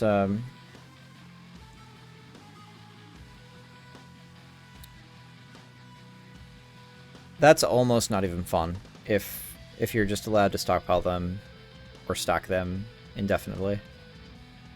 But again, the game has not yet been quite that stupid. Inherit the class of the secondary creature. The class, and the class would be okay. Okay, so I am gonna be able to simply fuse away from, like, I'll be able to create a spellcaster with the sorcery variant that can cast Rabid Dementia on my Animatus every turn or whatever. Only two creatures. Wait, so okay, so you can fuse creatures, but you can't fuse creatures that have been fused or something like that. That is a great restriction. Like, I'm actually super looking forward to it in that case. That's gonna be... Oh, he said yeah. which is the kind of spoiler that I like. I don't even give a fuck. Man. Alright, this game keeps doing things correctly. And it, like, I don't know why I keep expecting nothing out of it. It's because the game has these optics that are like, it looks kind of like a trashy game. At the start of battle, your creature gains Crystal Shield. In addition, your creature's barrier buffs are 40% stronger. This trait does not stack. Of course, you can put artifact traits on creatures anyway. And is Jewel Shell a natural beauty with this trait? So you can put a trait on an artifact anyway, so you can actually stack up quite a few traits on a monster regardless, so this is going to be quite, you can't revert. You can't go back. Well, yeah, thank goodness for that, right? Because that would just make the game not, like, really low stakes, I guess. Allow you to craft gems of spectral swords. Moderate amount of damage based on caster speed instead of intelligence. Okay. Yeah, there's quite a few of those spells that use the speed stat. And I am wondering, like, what the disadvantage of that is, because speed also gives you dodge, and it also gives you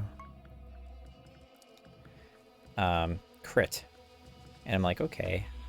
So, but I mean, crit is interesting because crit obviously only, or it's seemingly, right now, I guess I'm talking on my ass here, but it seems like crits only apply to attacks so far. So I'm kind of wondering, like, uh-oh. That's not what I should have done. There we go. So if crits only apply to attacks, then that's an interesting divide. But if you can spell crit and it's also dependent on your speed. Also, do spells have the... There needs to be some kind of system in place that prevents spells from being outright better than attacks by dint of not having to deal with dodge.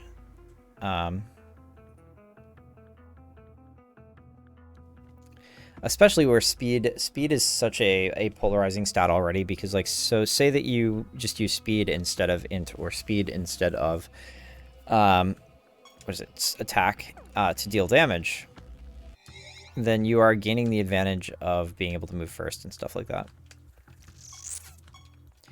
already, and you're also gaining, like, free dodge. So I'm wondering, like, I'm hoping that there are some disadvantages associated with some disadvantages that come along with kind of focusing on speed. Always hunt the same creature back if you messed up. Yeah, I'm sure. That's like, you know. Okay, I really need to target the salamander first. There we go. Uh-oh.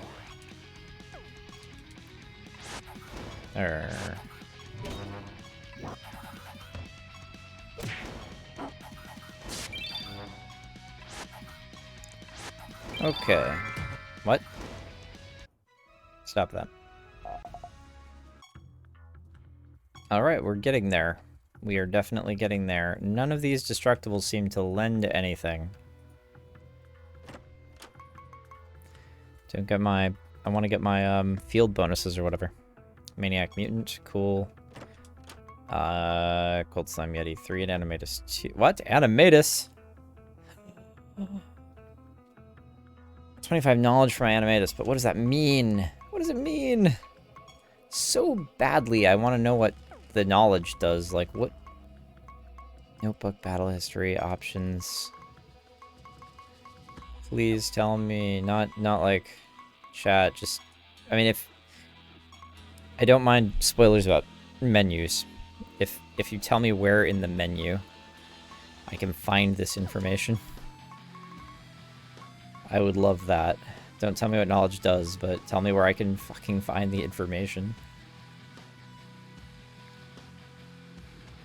Look at bestiary.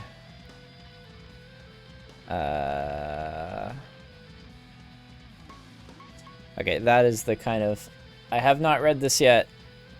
I'm extremely sorry for the fact that you typed that entire thing out, but I'm actually not going to read that because it looks like exactly the sort of thing that I don't want, because that might adjust, like, the way that I'm playing if I know that stuff in advance, but I'll look at the bestiary. and I will try to deduce what I can deduce from. So this is where I was before. The last time I was thinking about like, okay, what does knowledge do? And I was like, well, how do I figure this out? So like, I really want to know, because like the reason I don't want to read, because the reason I don't want to read that is because it looks like there are bonuses associated with knowledge as you get higher. That, okay, there we go. view creatures health bar in battle. Okay, so that's the highest I have right now, right? Sorting by knowledge. So this is D, E, F. F is the lowest, so C is the highest here. So if I... There we go, current bonuses. Creatures lore, health bar in battle, creatures hunt mission? Alright, I'm assuming that's something I'm going to figure out later. Like, what is a hunt mission? I'm guessing that lets you, like, target farm that creature. Summon creature at divination candle.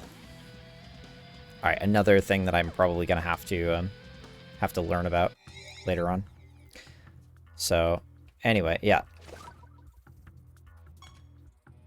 Yeah, the specifics of the bonuses, because they are not revealed to me immediately, is something where I'm supposed to be avoiding. I do not personally give any kind of shit about spoilers, but Adam and I are doing a blind parallel playthrough, so that we can talk about these mechanics together as we encounter them and reveal them, and so the order in which they are revealed is important for that discussion.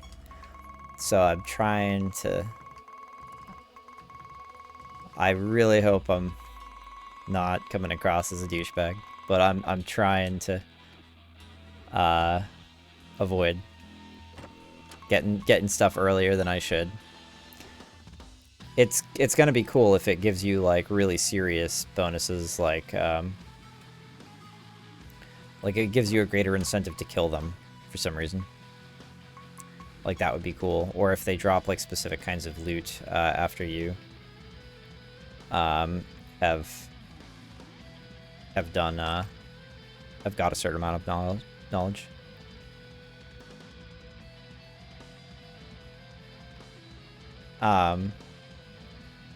But yeah, for the most part, I'll cover my eye if something's. I'd rather you reach, like ask forgiveness, not permission. I'm not going to explode about stuff like that. So if you feel like, use your best judgment, and if it's over the line, I'll tell you, but I'm not going to get mad about it. It looks like I'm done with this, so I'm going to teleport back. It looks like there's something down there, but I get the feeling it's just the bottom of the realm. Yeah, we're going to teleport back to Siralim. Alright, how much longer do I have? Ooh, 15 minutes. I basically should just leave and go, like, right away. I'm really tempted to...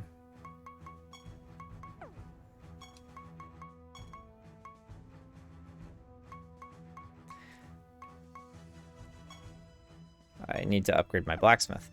How's my project coming along? No! Not yet. I've got some stuff I can socket in here potentially, though. Okay. So 3 for these. 3 for these materials. So anything with greater than 3. Sort by quantity. So this is the stuff I can do. Yeah. That stuff on this page I can do. Damage reduction, invisible on damage. Silenced on damage. Afflict silence. Berserk. Gain berserk on damage. Sleep on damage. Sorcery strength. Berserk on damage seems like really straightforward right now. 5% of berserk on damage. Yeah, that's not the percentage we were hoping for. If I'm being honest, I'm sure that there are ways to get that like to get a higher percent on stuff like that later on, but right now I'm kind of disappointed that that was the number, because combats just never last long enough for that to average out. So it's like every once in a while you happen into a lucky combat, and it's like probably that's not going to align with when you need it very often. So The many uses of parchment. Collect parchment in this realm for no good reason. I hate it when games are derisive with their audience. Like, this is not a burlesque. Stop it. Like, you don't need to make... You don't need to be contemptuously ridiculing the genre. Like, it's not cool. It's not hip. It's not stylish. It does not make me, like, enjoy your game world better to, like, make fun of...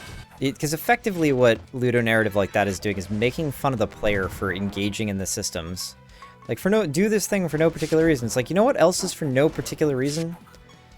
Playing video games at all. Like, anything, any mentally stimulating, like, human behavior that you could do that's not playing a video game could be probably rationalized and justified before you could rationalize or justify a video game, like, or spending your time on a video game.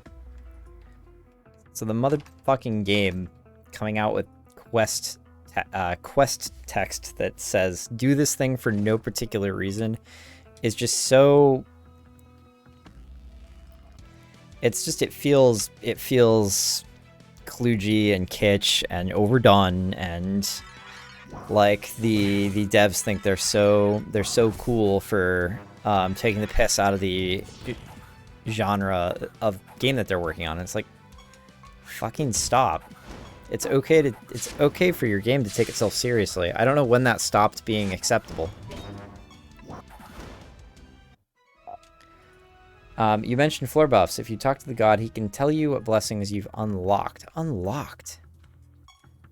Okay, yeah. When I hit the... Thank you for that. When I hit the statue, I will look at that.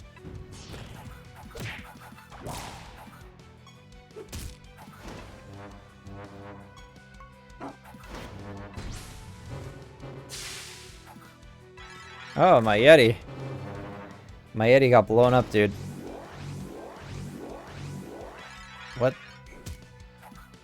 What happened? Okay.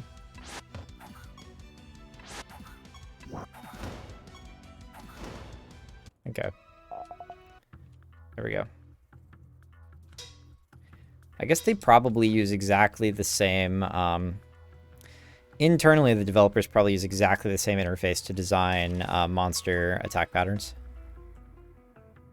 And modify them based on difficulty. Discombobulate. Yes, there we go. I can now cosplay Sherlock Holmes. And that, my friend, is discombobulate. Enemies with confused either attack or cast one of their spells depending on whether their attack or intelligence is higher. Interesting. Alright guys, hate to break it to you, but I gotta make a bathroom run, so I will be right back. Hopefully nobody shows up while I've got an empty camera going on. If so, you all just welcome them to the chat. I'll be right back, 1 second.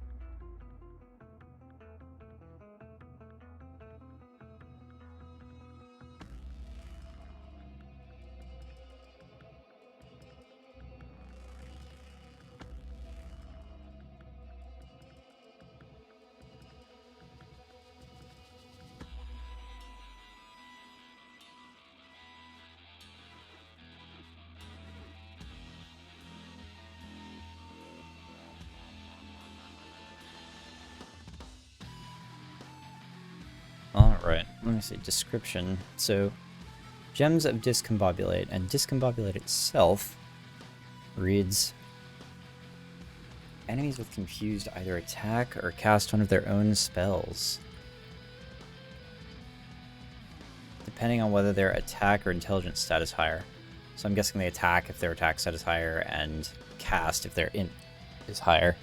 And that is important, like that spell works because I am guessing because the confused status gives them a chance to cast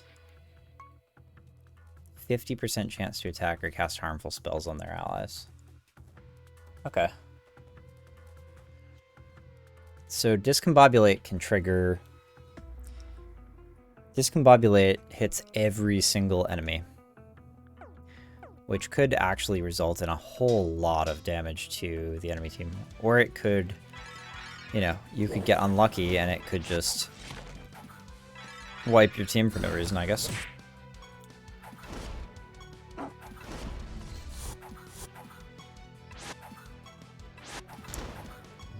I don't necessarily like Discombobulate, or at least I guess what I'm saying is it looks kind of mid, but I do like the design, actually. It's interesting. I wonder if there's a way to make it better, like... I guess, you know, probably, and now that I think about it, if I'm thinking back to the specialization selection, the monk, if I recall correctly, had a, like, innate counterattack. Built in for perks or whatever. Which means that if you discombobulate, you are triggering like way more counterattacks. So you just build really like you build a really defensive team, and use discombobulate and watch the enemies melt each other. And when they're not busy melting each other, they'll just be busy. They'll just be busy triggering counterattacks. I mean, that's the obvious synergy, I guess. Stellar Flare. Enemies take a small amount of damage, plus 10% more damage, for each time the caster has defended and provoked in the current battle.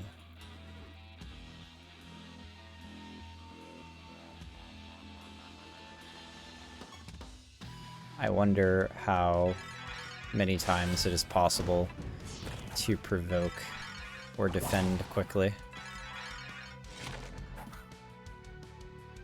If you ever do change, you get perk points refunded. I am probably going to play around with that eventually. And I don't like free refunds, so I am kind of bummed that the game basically allows you to, like, willy-nilly change your entire character around. But I also understand that, like, you know, games are different than they once were, like when I was a kid, and the options for games are, you know, tremendously large, and if you're going to spend your time on a video game, you know, designers have to kind of make a concession to the fact that players have limited time. So I did notice that the perk refunds were completely free, seemingly. Which is why I started spending my perk points right away. Otherwise, I might still be banking them for one of the 100 point perks. I ran out of charges again. It's the second time that's happened. 50 favor. Oh yeah, that's right. I gotta talk to the statue.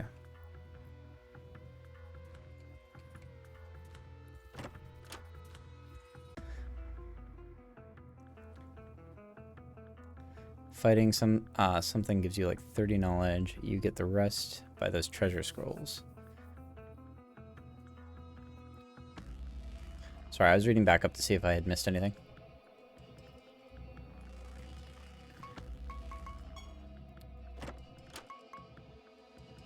Coloss Firebrand. Got it. Noxious Smog 3. 50 knowledge points. I mean, fighting something like 30 doesn't seem necessarily terrible, you know?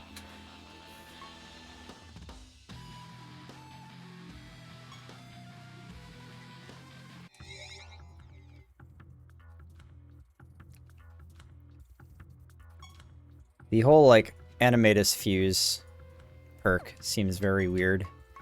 I will have to learn more about how perks work. Sorry, how fusion works before I before I commit to it. Looks pretty wacky. It looks like there are only so many buffs in the game. Okay, let me see. Blessings. Show me a list of blessings. Favor from valves. Okay, so, you know, I guess as you gain favor, the doodads do more and more. Target gains proficient. This item is automatically consumed when you pick it up.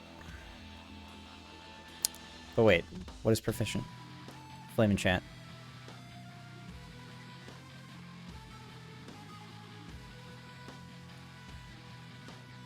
Gems of Flame.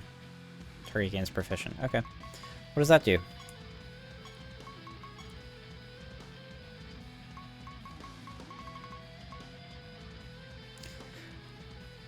%30 more benefits from their artifact's stat slot other than health.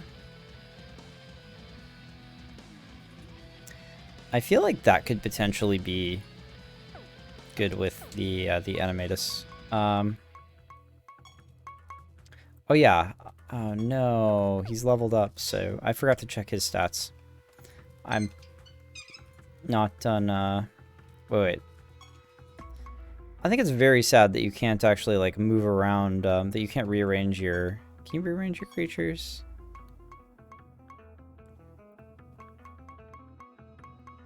Does not look like I can rearrange my creatures.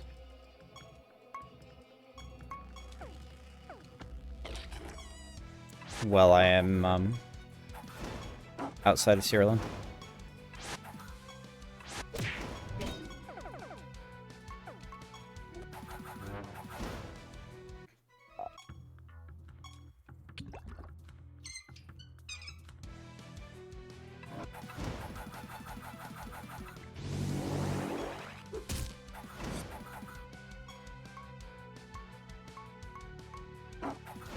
I find it amazing that I can attack my own creatures. I hadn't even thought to check whether that was possible or not. But I guess the user interface just allows you to dip down there and attack your own creatures if you want. That's really fascinating. You have better counterattacks than... I don't even know. I don't even know how... There are obviously some ways that you can use that with regards to, like, kicking your own creatures' asses. But I don't know, I don't know what they are yet. I got to D knowledge. I checked all the way up to B, actually, I think. I thought. So, yeah, sort by knowledge, go over here, C knowledge. Yeah, see? I actually did check all the way up to C knowledge. So, summon creature, divination candle. I don't know what the hunt missions or the divination candle are. I could take a guess based on, like, my knowledge of, like, these sort of things in other games, but I do not know. Fearsome display, huh? Crazy decorations. Cosmetics game is real. Holy protection. Creatures getting shelled.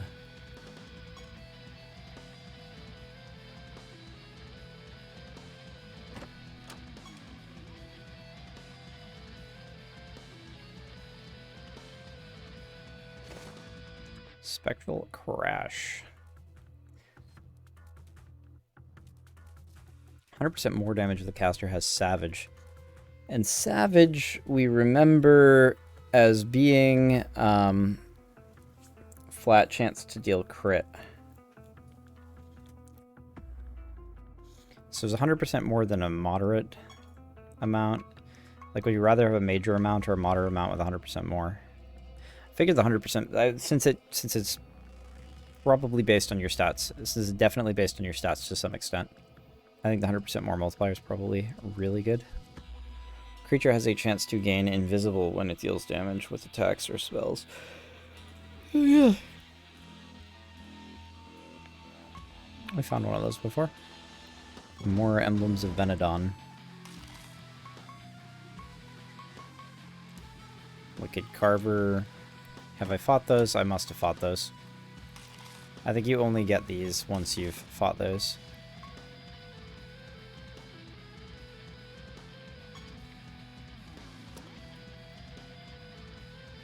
Defensive. I don't know if I've looked at defensive. Defensive. There it is. I rolled right past it. Automatically defend at the end of their turn. And defending... it's just 30% more defense.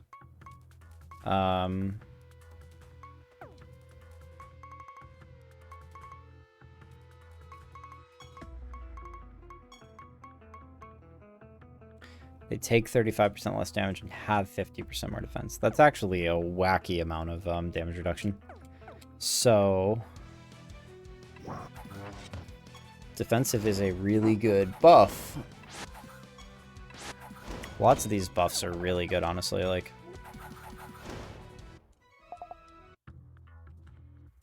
at least in theory, like, a lot of these buffs are usable for sure. It's definitely really easy to miss those sewer grates. Like, they do not stand out very well as tiles. It's more noxious smogs. Yeah, the wicked carvers are the these lizard men with wings. I just realized reading through the I mean, I've definitely inspected them before. There's just a lot of creatures to remember.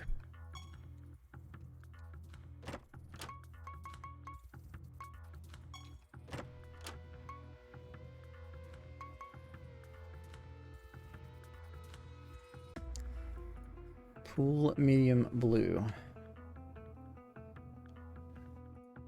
Equip an accessory to a creature. Okay. Just a cosmetic. Pipes? I thought I had pipes or something.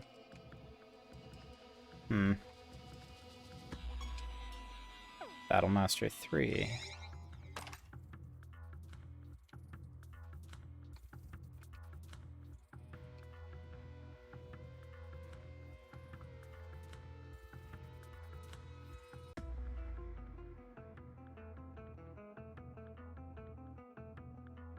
What?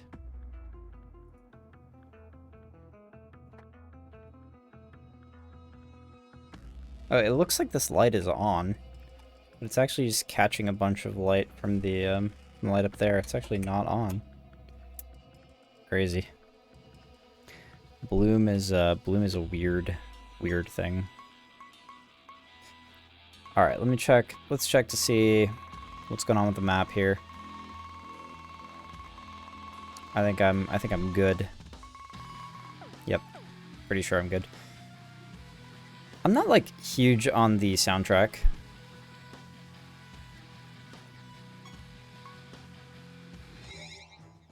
Not a big fan. Not a big fan of the soundtrack. Not really a big fan of the artwork either. It's not like terrible. It's, you know, but that's all a little underwhelming, I think, production quality-wise.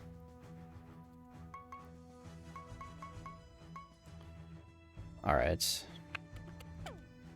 What are we doing? We are definitely, like, saving and quitting, that's for sure. It's 6:07, so I'm, like, 10 minutes over. I don't think Adam's gonna care much one way or another for me being 10 minutes over, but, it's time to kind of look back on what we have learned today, because I should be closing out the stream at some point. Man. So just retooling my team a little bit made a big difference. Macros are incredible. All right, so like, let's actually, maybe I can use the internal note-taking software. Note. Okay. So this is notes. What do we want? Macros are really interesting. And I'm looking forward to putting them to great use. Oh, and if I, oh no! So it immediately overrode it just because I hit enter, basically. Okay, are super interesting Looking forward to making use of them. Now how do I... Okay.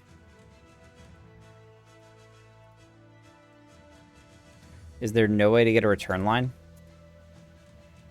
There's just no way to get a return line on these notes? Are you kidding me? Macro is fascinating. Use them lots. How do I get a return line? What is this?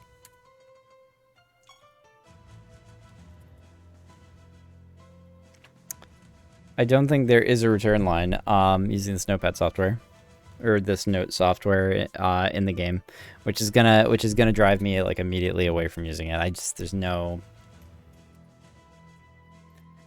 way I'm using this. I'm gonna make notes on my other software so you guys are not gonna see it, unfortunately. Macros are really, really interesting. And looking forward to making use of them / abusing them. QOL feature, quality of life features are actually wacky, including double speed walk, removing animations, etc. Fusions seem really exciting. Since, like, yeah, I feel like I got a little spoiled on fusions. Wait, no, I didn't. Because it was right in the bestiary page. It was right in the codex indicates that children gain trait / gain both traits and type. Meaning expanded spellbook or vastly expanded spellbook. And oh, you know, I should actually get out of the game at the moment. What am I doing? Alright guys, save and... Well, save and continue is not quite there. Can I like save and restart? Okay, yeah, that puts me to the title menu. Alright. That is what I wanted. So anyway, fusions seem really exciting. Codex indicates that children gain both traits and types, meaning vastly expanded spellbook options and trait synergy potential. Apparently limited to 1 generation. I like this limitation. Let me think, what else? What else are we learning about? Realm instability. Seems good, but I have no real opinion yet. Looking forward to it.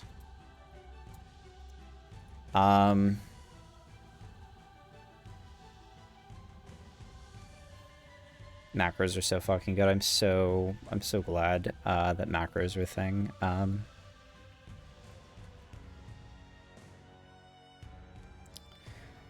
Knowledge and God favor both sorta encourage target farming. But I'm guessing they tie into endgame systems. Guessing they tie into endgame systems in such a way, like... I'm guessing they tie into endgame systems. So I'll have to revisit. Not sure how I feel about any of these systems yet. Like, any of the currency / reputation systems yet. Yeah, the currency reputation systems are a little weird so far. Not entirely sure how I feel about those. Mostly because I don't know how they interact with the base systems, and I'm trying to figure out what I mean by base systems. Like, base systems involve, like, obviously tracking down monsters and summoning them, right? Like, kill a monster, you are allowed to summon it. You can summon it, you can fuse it. These are basic, like, character building components. You can equip it with an artifact. You can slot some item. You can slot spells onto it. The spells, items, and combat options are okay. Yeah, that's actually like really encouraged by the way that alternative combat actions seem incentivized via traits, artifacts, or via, I should say via intersecting systems. Traits, artifacts, etc. Artifacts, augments, etc. What I'm talking about is being able to strap functionality to stuff like oh no, what's the word I'm looking for here? It's not like taunt, provoke. There we go. Provoke, defend, etc. Especially since this interacts so politely with macros, or is, you know, really made functional, or made by it, I suppose. Yeah, this stuff is all these systems are kind of coming together in a way that's, you know, I'm fairly optimistic about it, because the game keeps heading me off of the path where I'm like, oh, they're about to do something. They're about to do something with this system that is going to make the game suck. And then, you know, somebody pipes up in chat and they're like, it doesn't do that. Like, oh, yes, it doesn't do that, you know? Really excited to continue to unearth systems that don't suck. Or really what it is that when systems are allowed to interact with each other,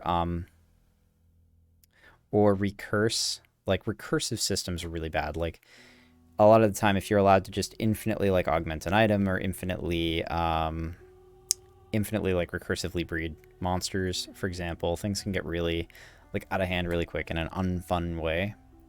And Siralim seems to be putting limitations on those recursions and limitations on the ways in which systems are allowed to meddle with each other. And so what you're getting is, like, a really solid seeming amount of depth. So the difficulty customization options is something I don't know how I feel about. For example, raw dog difficulty setting under options. Should we really be on difficulty 1? Question mark. Difficulty 1 seems a little bit easy to me, honestly, and it's the lowest difficulty setting. It feels weird to start on the lowest difficulty setting. Feels like a post-end game way to jack up the content once you've got, like, the most insane synergies online or whatever.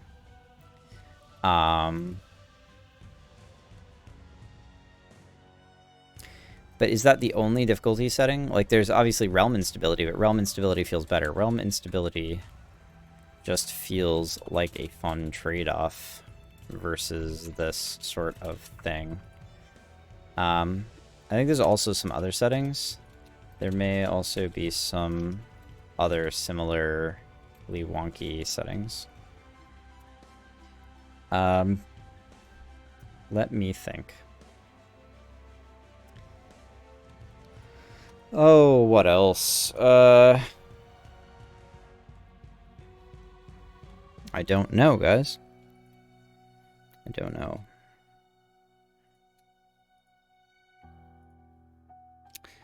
Oh, noticed, you know, there are definitely systems we haven't even seen yet. And that intrigues me. Because most of what I'm familiar with in this sort of game is already here. So, for instance, the target hunting that seems gated behind knowledge and divination summoning, divination candles summoning. I'm wondering if these will be linear, like simple linear strap-ons, or if they'll add, I think, like lateral play space is how I want to phrase that. Here's hoping for the latter. Like these are really what it comes down to for me is I'm looking at the game and it keeps showing me like, okay, there's some more systems behind the curtain and around this next corner, and I'm hoping that they intersect, because the game's doing a fairly good job of like what it's presenting me with so far. And I keep finding little edge cases where it improves mechanics I like already know exist. I'm like, okay, well, provoke and defend are options. Are they going to be valuable? And the game goes, yes. Like, we're going to make them valuable through like trait manipulation and augments, stuff like that. I'm hoping like the income management systems where like you say you want to farm for a certain, you want to farm up a certain reputation or whatever. I'm hoping that there's a cool and interesting resource balancing act that has to go on regarding that. I'm hoping that god emblems are worth farming. Like, I'm hoping that all these resource acquisition sinks, time sinks, eventually evolve into a like an interesting optimization problem. Because what I want is like, okay, well, now I want to like look at the system and go, okay, I've got a certain amount of power income depending on what I do and which levers I pull, and I want to spend that against like how long is it going to take me to like farm up like managing power income maximization versus like risk, and accounting for stuff like, you know, ETA on like end game builds, farming like post end game content, including cool stretch artifacts, creatures, spells, etc. So like when you're going for those reach goals, like, you know, you have the creature that, you know, is really hard to farm or whatever, requires you to go through like multiple tiers of farming, breeding, or whatever it is, or go through like a realm that's kind of crazy, or something like that. It requires you to bump the instability up to 100 or whatever it is. I'm hoping that it balances that against things like your power income and the amount of risk that it throws at you. Like, I hope the game really, really pushes back if you want to go for those super late game things. But I guess by really pushes back, it's like, because it seems like your party, you're given so much latitude with how you're able to put synergies together and build things on top of one another, that and stack traits and things like that. That, you know, really what I mean by pushback is I'm hoping that the resource balancing act feels consequential toward the end of the game, rather than just, okay, I've got way more of everything than I need, and, you know, I'm just running around, you know, farming whatever. Like, I hope that the resource and currency system come together to create an interesting interactive dynamics rather than you know, nonsense, I guess you could say. All right, I think I'm done with, that's enough notes for the night for sure. So I am going to go ahead and kick off probably. I don't see anybody online. I would host Adam if he was going live or whatever, but I don't see him, and I don't see any of my friends on.